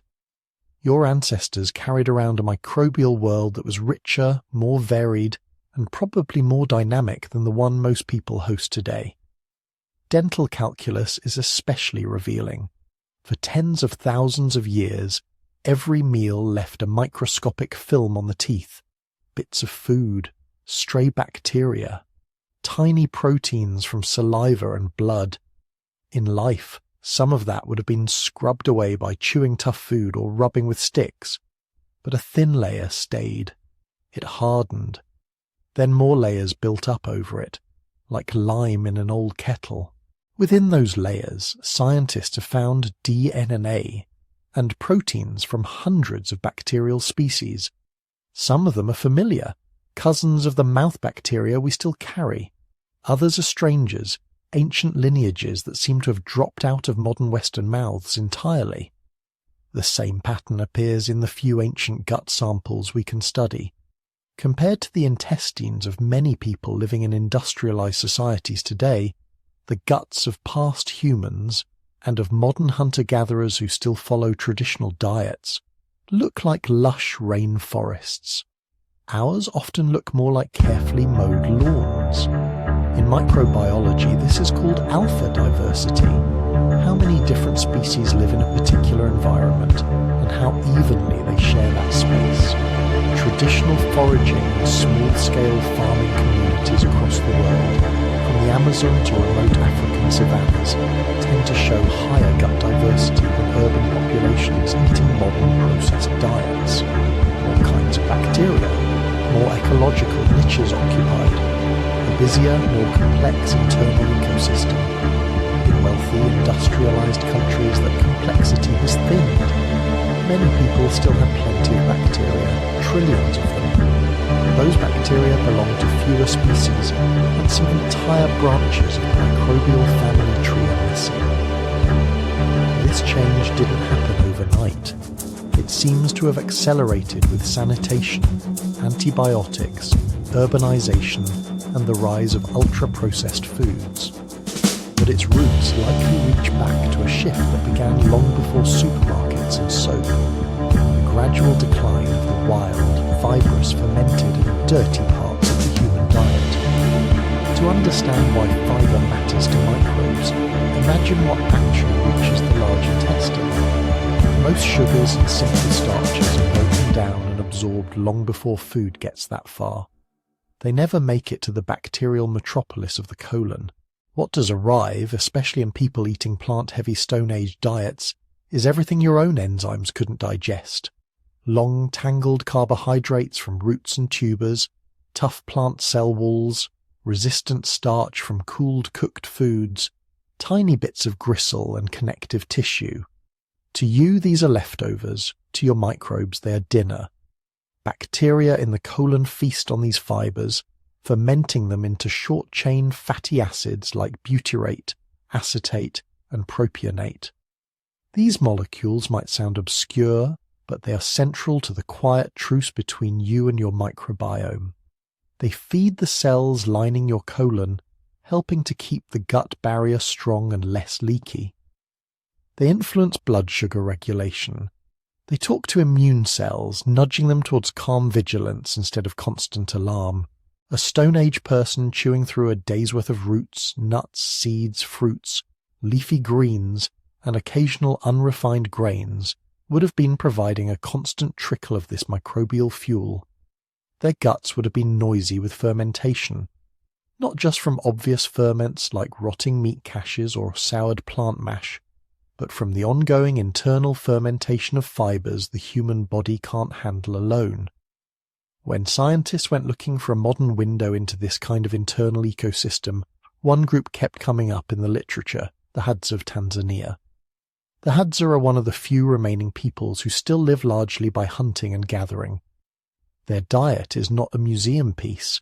It shifts with the seasons, with politics, with the encroachment of roads and markets, but it still contains a mix of wild tubers, berries, baobab fruit, honey, and hunted meat that probably echoes many patterns of the late Stone Age. When researchers sampled Hadza gut bacteria, they found something striking. Hadza guts host bacterial groups that are extremely rare or absent in industrialized populations. They also show pronounced seasonal shifts.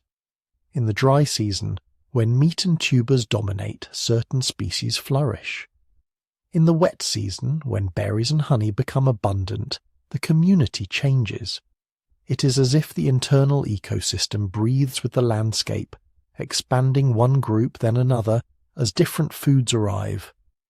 Some of the Hadza-associated bacteria are especially good at breaking down complex fibers. Others may help keep inflammation in check. Similar patterns appear in other traditional groups. Higher diversity, more fibre-eating specialists, more microbial skills that seem tuned to handling a wide variety of wild foods. This doesn't mean the Hadza or any present-day community is a perfect snapshot of your ancestors. Their history is their own. Their landscape, diseases and challenges are unique, but they offer a living hint of how flexible and responsive the human microbiome can be when it is continually fed with unprocessed, varied seasonal foods. This microbial flexibility matters for more than digestion. Your immune system grew up negotiating with your microbes. From the moment a Stone Age baby was born, likely covered in its mother's vaginal and skin bacteria, laid against a chest that had never seen antibacterial soap, its immune cells began sorting friend from foe. Breast milk carried not just nutrients, but special sugars indigestible to the infant and perfectly suited to certain beneficial bacteria. Dirt on the ground, fur on animal skins, insect parts in food, harmless worms in the soil, all of it contributed to a constant stream of information. For the developing immune system, this was a training camp. Cells learned not to overreact to harmless pollen and food proteins. They learned to tolerate the microbes that helped digest fibre and produce vitamins. They learned to respond forcefully when true pathogens appeared. In modern environments, many of those signals have been turned down. Clean water, sewage systems, and antibiotics have saved countless lives. Child mortality has plummeted. Diseases that once ravaged villages now rarely appear. But along the way, the old curriculum of immune education has changed. This is the essence of what scientists call the hygiene hypothesis, though newer versions use gentler names like the old friends hypothesis. The idea is not that dirt is good and soap is bad. It is that humans evolved with a particular set of microbial companions, gut bacteria, skin organisms, mild environmental parasites, and our immune systems came to rely on their presence to calibrate themselves. When those old friends disappear, the immune system can lose some of its nuance. It may start treating cat dander or peanut proteins as if they are deadly infections. It may slip into chronic low-grade inflammation, contributing to diseases that were far rarer in the Stone Age. Certain allergies, autoimmune conditions, perhaps some forms of asthma and inflammatory bowel disease. Your ancestors were not healthier in any simple romantic sense. They faced parasites, infections, and wounds that could kill in days. But they probably didn't spend decades in a subtle war with their own immune systems, triggered by mismatches between ancient biology and modern environments. When you put all these strands together, the coprolites, the dental calculus, the Hadza data, the immune theories, a picture begins to form. It suggests that Stone Age eating wasn't just about calories and protein. It was about maintaining a thriving, adaptable internal ecosystem that helped digest tough foods, produced crucial byproducts, and kept the immune system well trained. So what does that mean for you, lying in a world of packaged snacks and sterile countertops? It doesn't mean you should try to recreate a Paleolithic menu in perfect detail. That world is gone. Its plants, animals, parasites, and dangers are not coming back. But modern science does hint at a few ancient patterns worth reconsidering. More unrefined plant foods, rich in the kinds of fibres that make it all the way to your colon. More variety across seasons if possible. Different fruits, roots, leaves, and grains, instead of the same few staples every day. Fermented foods made with live cultures, yogurt, kefir, kimchi, pickles that actually ferment, as a nod toward the ever-present microbes of the past. Less reliance on highly processed, low-fibre, high-sugar foods that starve your internal rainforests and favour just a few fast-growing bacterial species, and when safe and appropriate, a bit more contact with the non-sterile world.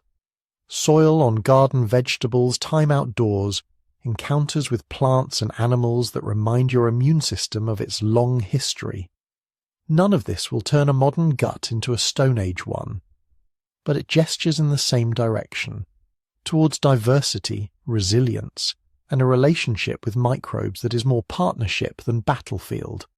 Your ancestors walked through a world alive with bacteria, fungi, and tiny invertebrates. They breathed them, ate them, shared them with each other and with the animals they hunted. Those invisible companions shaped their digestion, their immunity, and in quiet ways, their survival. In the next part of this story, we'll watch what happened when humans changed that relationship in the most dramatic way of all. Not by shifting microbes, but by reshaping the entire menu. Fields would replace forests, grain would replace tubers, villages would replace wandering bands, and the human body, inside and out, would have to learn all over again how to live with its food. The first wheat field didn't look like a field. It looked like a patch of stubborn grass near a seasonal stream. Thin stalks, small seeds, nothing you or your ancestors would have glanced at twice. For hundreds of thousands of years, those seeds were just one more thing to gather here and there, a side dish, a snack, a bit of insurance when hunting was bad and roots ran low. Then, in a few corners of the world, separated by oceans and thousands of miles, something shifted. In the hills of the Fertile Crescent, people who had been foraging wild wheat and barley for generations started doing something quietly radical. They returned to the same patches again and again. They weeded out competing plants without calling it weeding. They dropped seeds near camp without calling it planting. In the yellow river valleys of China, others did the same with a different grass, millet. In the damp lowlands of what is now Mexico, wild teosinte, a scraggly plant with hard little kernels, began, under human attention, to slowly swell into something we would recognize as maize.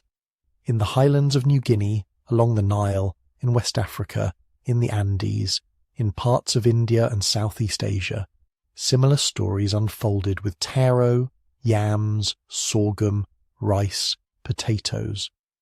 Not once, but many times, in many places, people began nudging plants and landscapes in a particular direction. They were not reading agricultural manuals. They were not holding village meetings about transitioning to a farming economy. They were simply noticing. Seeds sprouted where cooking waste had been thrown. Grasses grew thicker where soil had been disturbed. Certain plants did better when their rivals were pulled up or burned away. Over generations, almost accidentally at first, your ancestors took a step that no other primate had ever taken at scale. They began to depend not on what was simply there, but on what they could coax from the earth. From the perspective of a single lifetime, the change was slow. A few more seed-rich patches, a bit more time spent tending near camp, a bit less time roaming widely. From the perspective of deep time, it was a revolution. For most of the Stone Age, a human diet had been a shifting, opportunistic mosaic. Meat and marrow when hunting went well, shellfish and fish along coasts, tubers and roots, nuts and seeds, fruits in season, leafy greens, insects, small animals, honey, whatever each landscape offered. No single plant, no single animal dominated the menu for long. Agriculture tilted that balance. Instead of dozens or hundreds of wild plant species, many communities began to rely on a narrow handful of domesticated crops.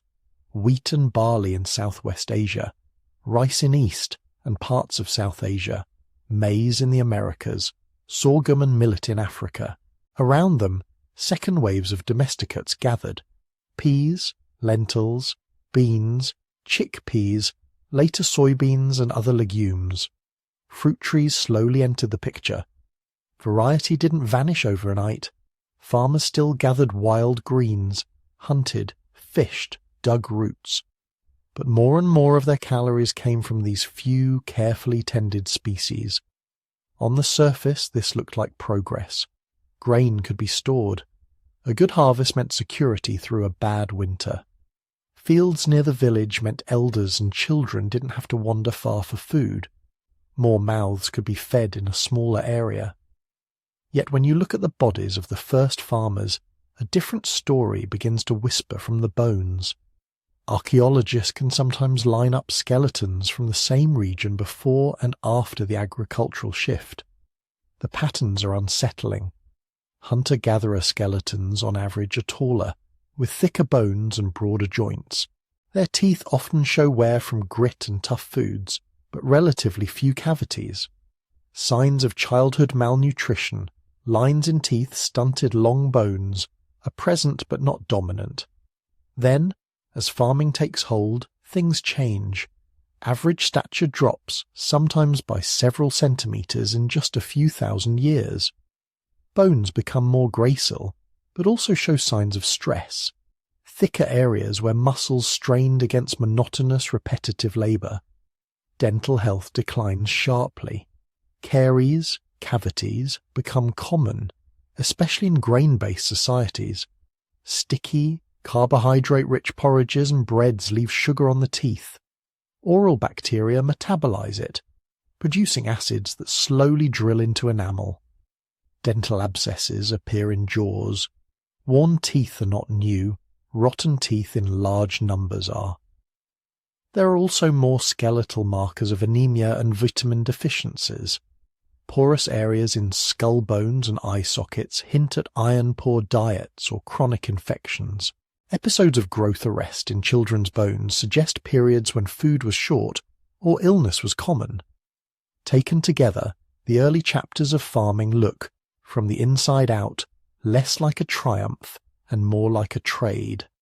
More people, but on average, smaller, sicker people. And that was only the beginning of what agriculture changed.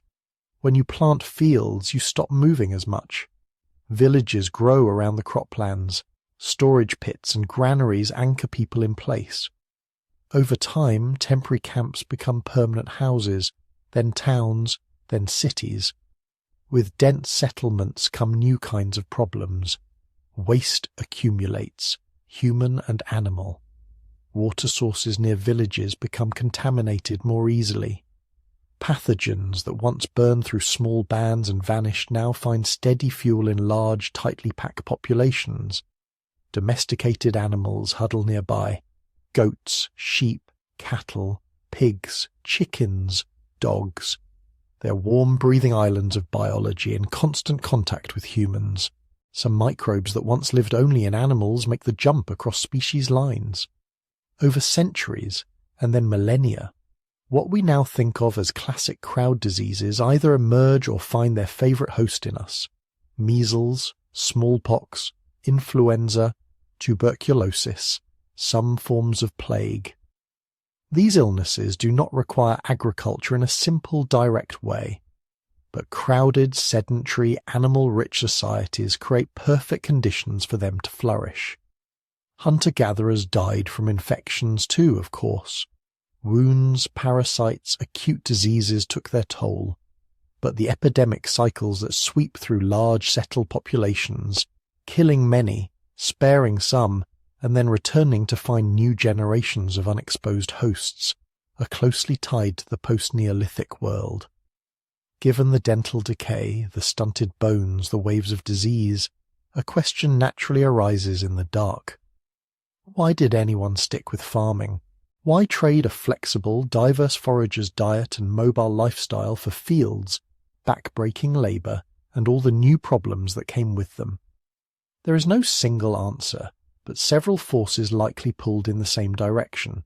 One is simple arithmetic.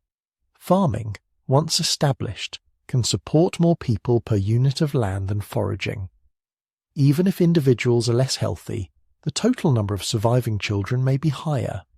A village of farmers can pack into a valley that would have sustained only a few scattered bands of hunter-gatherers. As farming populations grew, they could outnumber and eventually displace neighbouring foragers through sheer demographic weight. Another factor is climate. The end of the last ice age, around 11,700 years ago, brought relatively stable, warmer conditions to many regions. In some places, this stability made it easier for certain plants to thrive, and for humans to predict where resources would be. Later climate swings, like the Younger Dryas cold event, may have nudged people toward more intensive management of dependable plants, when wild resources became unpredictable. There were social forces too. Stored grain is not just food, it is wealth. It can be given, traded, hoarded, stolen, taxed. Surpluses allow some people to specialize in tasks other than food production, toolmaking, ritual, warfare, administration. Hierarchies take root. Chiefs, priests, scribes, warriors emerge. Monumental architecture rises on fields of grain. For individuals caught inside these growing systems, leaving agriculture may not have been a real option. Once your landscape is cleared, your wild herds displaced, and your neighbours are all farmers, the old foraging ways become harder to sustain. So humanity doubled down. Over thousands of years, culture and biology began to respond to this new, grain-heavy reality. Your ancestors' bodies, tuned by millions of years of wild plant chewing and intermittent meat feasts, started to adjust. Not perfectly, not completely, but enough to leave signatures in your DNA. One such signature shows up in the ability to digest milk. All mammal babies produce an enzyme called lactase. It breaks down lactose, the sugar in milk. In almost all wild mammals, lactase production drops sharply after weaning. Milk is for infants, not adults. In several human populations that domesticated cattle, goats, or camels, something different happened. Individuals who carried mutations that kept lactase active into adulthood could drink milk without discomfort. In famine or drought, when crops failed, these people had an extra source of calories, fat, and protein. Over generations, these lactase persistence mutations spread, especially in parts of Europe, East Africa, and the Middle East. Today, whether you can drink a glass of milk without issue or not is, in part, a reflection of your ancestors' agricultural choices. Another adaptation involves amylase, the enzyme in saliva that starts breaking down starch the moment you chew. Populations with long histories of starchy diets, from wheat farmers to rice cultivators to some tuber-based societies, tend to have more copies of the amylase gene. More copies mean more enzyme. More enzyme means a head start on digesting starch before it even hits the stomach. There are countless smaller tweaks, genes that affect how you handle plant toxins, how you store fat, how you respond to repeated periods of scarcity and plenty. None of these changes turned farmers into a new species. Evolution in the last 10,000 years has been fast by geological standards, but it rides on a body still built from much older blueprints. Underneath your modern clothes, beneath your preferences for breakfast cereal or salad or noodles, your tissues still carry habits shaped in savannas, forests, and along rocky coasts. A gut expecting a steady trickle of fibre from roots and leaves. A metabolism used to famine and feast, not constant surplus. Jaws and teeth formed in lineages that chewed for hours each day. Agriculture layered a new world over that older design. The Industrial Age added yet another layer. Refined sugars, flours, oils, foods more processed and shelf-stable than any early farmer could have imagined. You live at the intersection of all those histories. Stone Age bodies, tweaked by farming, flooded with modern abundance. As you drift towards sleep, you're lying inside a compromise, a physiology still resonating with wild tubers and roasted meat, with berries and shellfish and bitter greens, now navigating a landscape of bread, pasta, rice, sweets, and packaged snacks. In the final part of this story, we'll listen more closely to that compromise. We'll ask what it might mean, in a world of supermarkets and night shift lighting, to pay attention to the quiet, ancient signals your body still sends about food, hunger, and health. Some of those signals are loud. The gnawing emptiness when you haven't eaten. The sharp pull towards something salty after you've been sweating. The soft magnet of sweetness when fruit would have been in season. Others are quiet. The heaviness after a meal that doesn't quite suit you.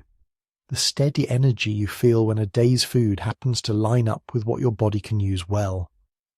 The way certain flavors feel strangely right, as if you've met them somewhere before. When you zoom out and look across the whole journey we've just walked through together, those sensations stop being mysteries and start to look like memories. Not personal memories, ancestral ones. Your appetite, your digestion, your metabolism. They're not random quirks, they're inheritance. The living echo of millions of years of scavenging carcasses on African floodplains, cracking bones for marrow, tending quiet hearth fires, scraping tubers, gathering nuts, prying shellfish off rocks, sipping the first experiments in fermentation, and, much later, grinding grain in the dust of early fields. If there's a single lesson from that long story, it's that our species never had one correct diet. There was no golden menu carved in stone 50,000 years ago. What we see instead is diversity. Bands eating almost entirely marine foods along coasts, others living on roots, small game, and honey in woodlands. Neanderthals tracking huge mammals through Ice Age Europe. Foragers in tropical forests relying more on plants and insects. Early farmers building lives around wheat, rice, maize, sorghum, yet still gathering weeds, fruits, and greens at the margins of their fields. Season by season, place by place, the details changed. Fat one month, lean the next. Fruit explosions followed by hungry winters. Shellfish runs, nut falls, salmon migrations, locust swarms, berry thickets. Our bodies learn to ride those waves. When you feel steadier eating a mix of foods instead of one thing over and over, you're touching that old pattern of variety. When you notice that certain times of year pull you more toward fresh produce, or that rich holiday foods feel better in small bursts than all year long, you're brushing against the rhythm of seasonality. And when you feel different after eating something close to its original form, whole grains instead of fine white flour, fruit instead of candy, nuts instead of flavored oil powders, you're feeling the friction between a gut tuned for whole foods and a world that often strips them down, refines them, and stacks them high. That doesn't mean the answer is to go paleo in some rigid recreated way. There wasn't one paleo diet. There were thousands. Your ancestors in one valley ate differently from those over the next ridge. The balance of plants and animals, fats and carbohydrates, even day-to-day meal timing shifted constantly. Context mattered. Climate, latitude, available species, tools, social rules, trade routes, all of these shaped what people ate and how often. The modern versions of Stone Age eating that appear in books and on menus capture only slivers of that complexity. They can be useful experiments for some people, but they are not time machines back to a single ancestral truth. What our deep story suggests instead is something simpler and quieter. Your body is ancient. Your environment is new. Between them there is a conversation. It's happening in hormones and microbes, in cravings and aversions, in how you sleep after certain meals, in how your mood and energy rise and fall. Listening to that conversation doesn't require perfection, or labels, or following anyone's rules. It can be as gentle as noticing which breakfasts leave you hungry again in an hour, and which carry you comfortably to midday. As paying attention to whether you feel better when plants show up in many colours on your plate. As remembering that, for most of our history, movement and eating were entwined.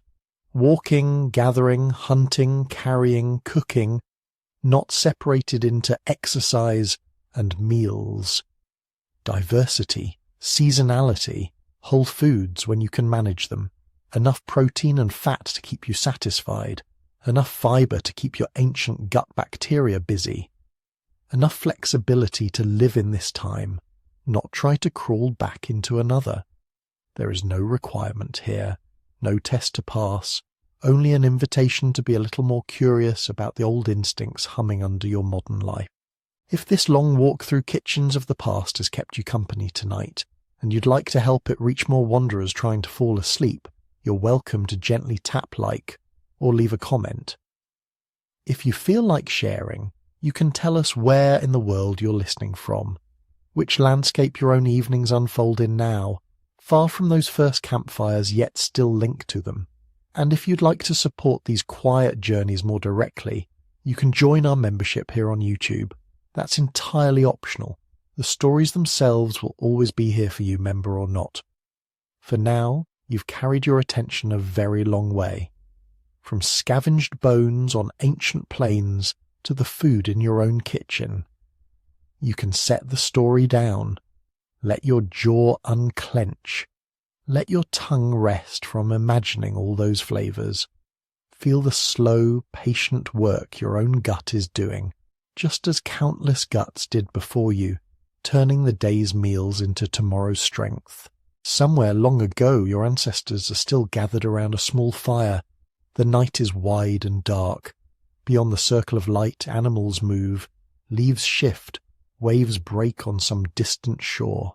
Inside the circle there is warmth, the smell of smoke, the soft crackle of roasting food, the murmur of voices. As you drift towards sleep, you can join them there for a while. Let the images blur.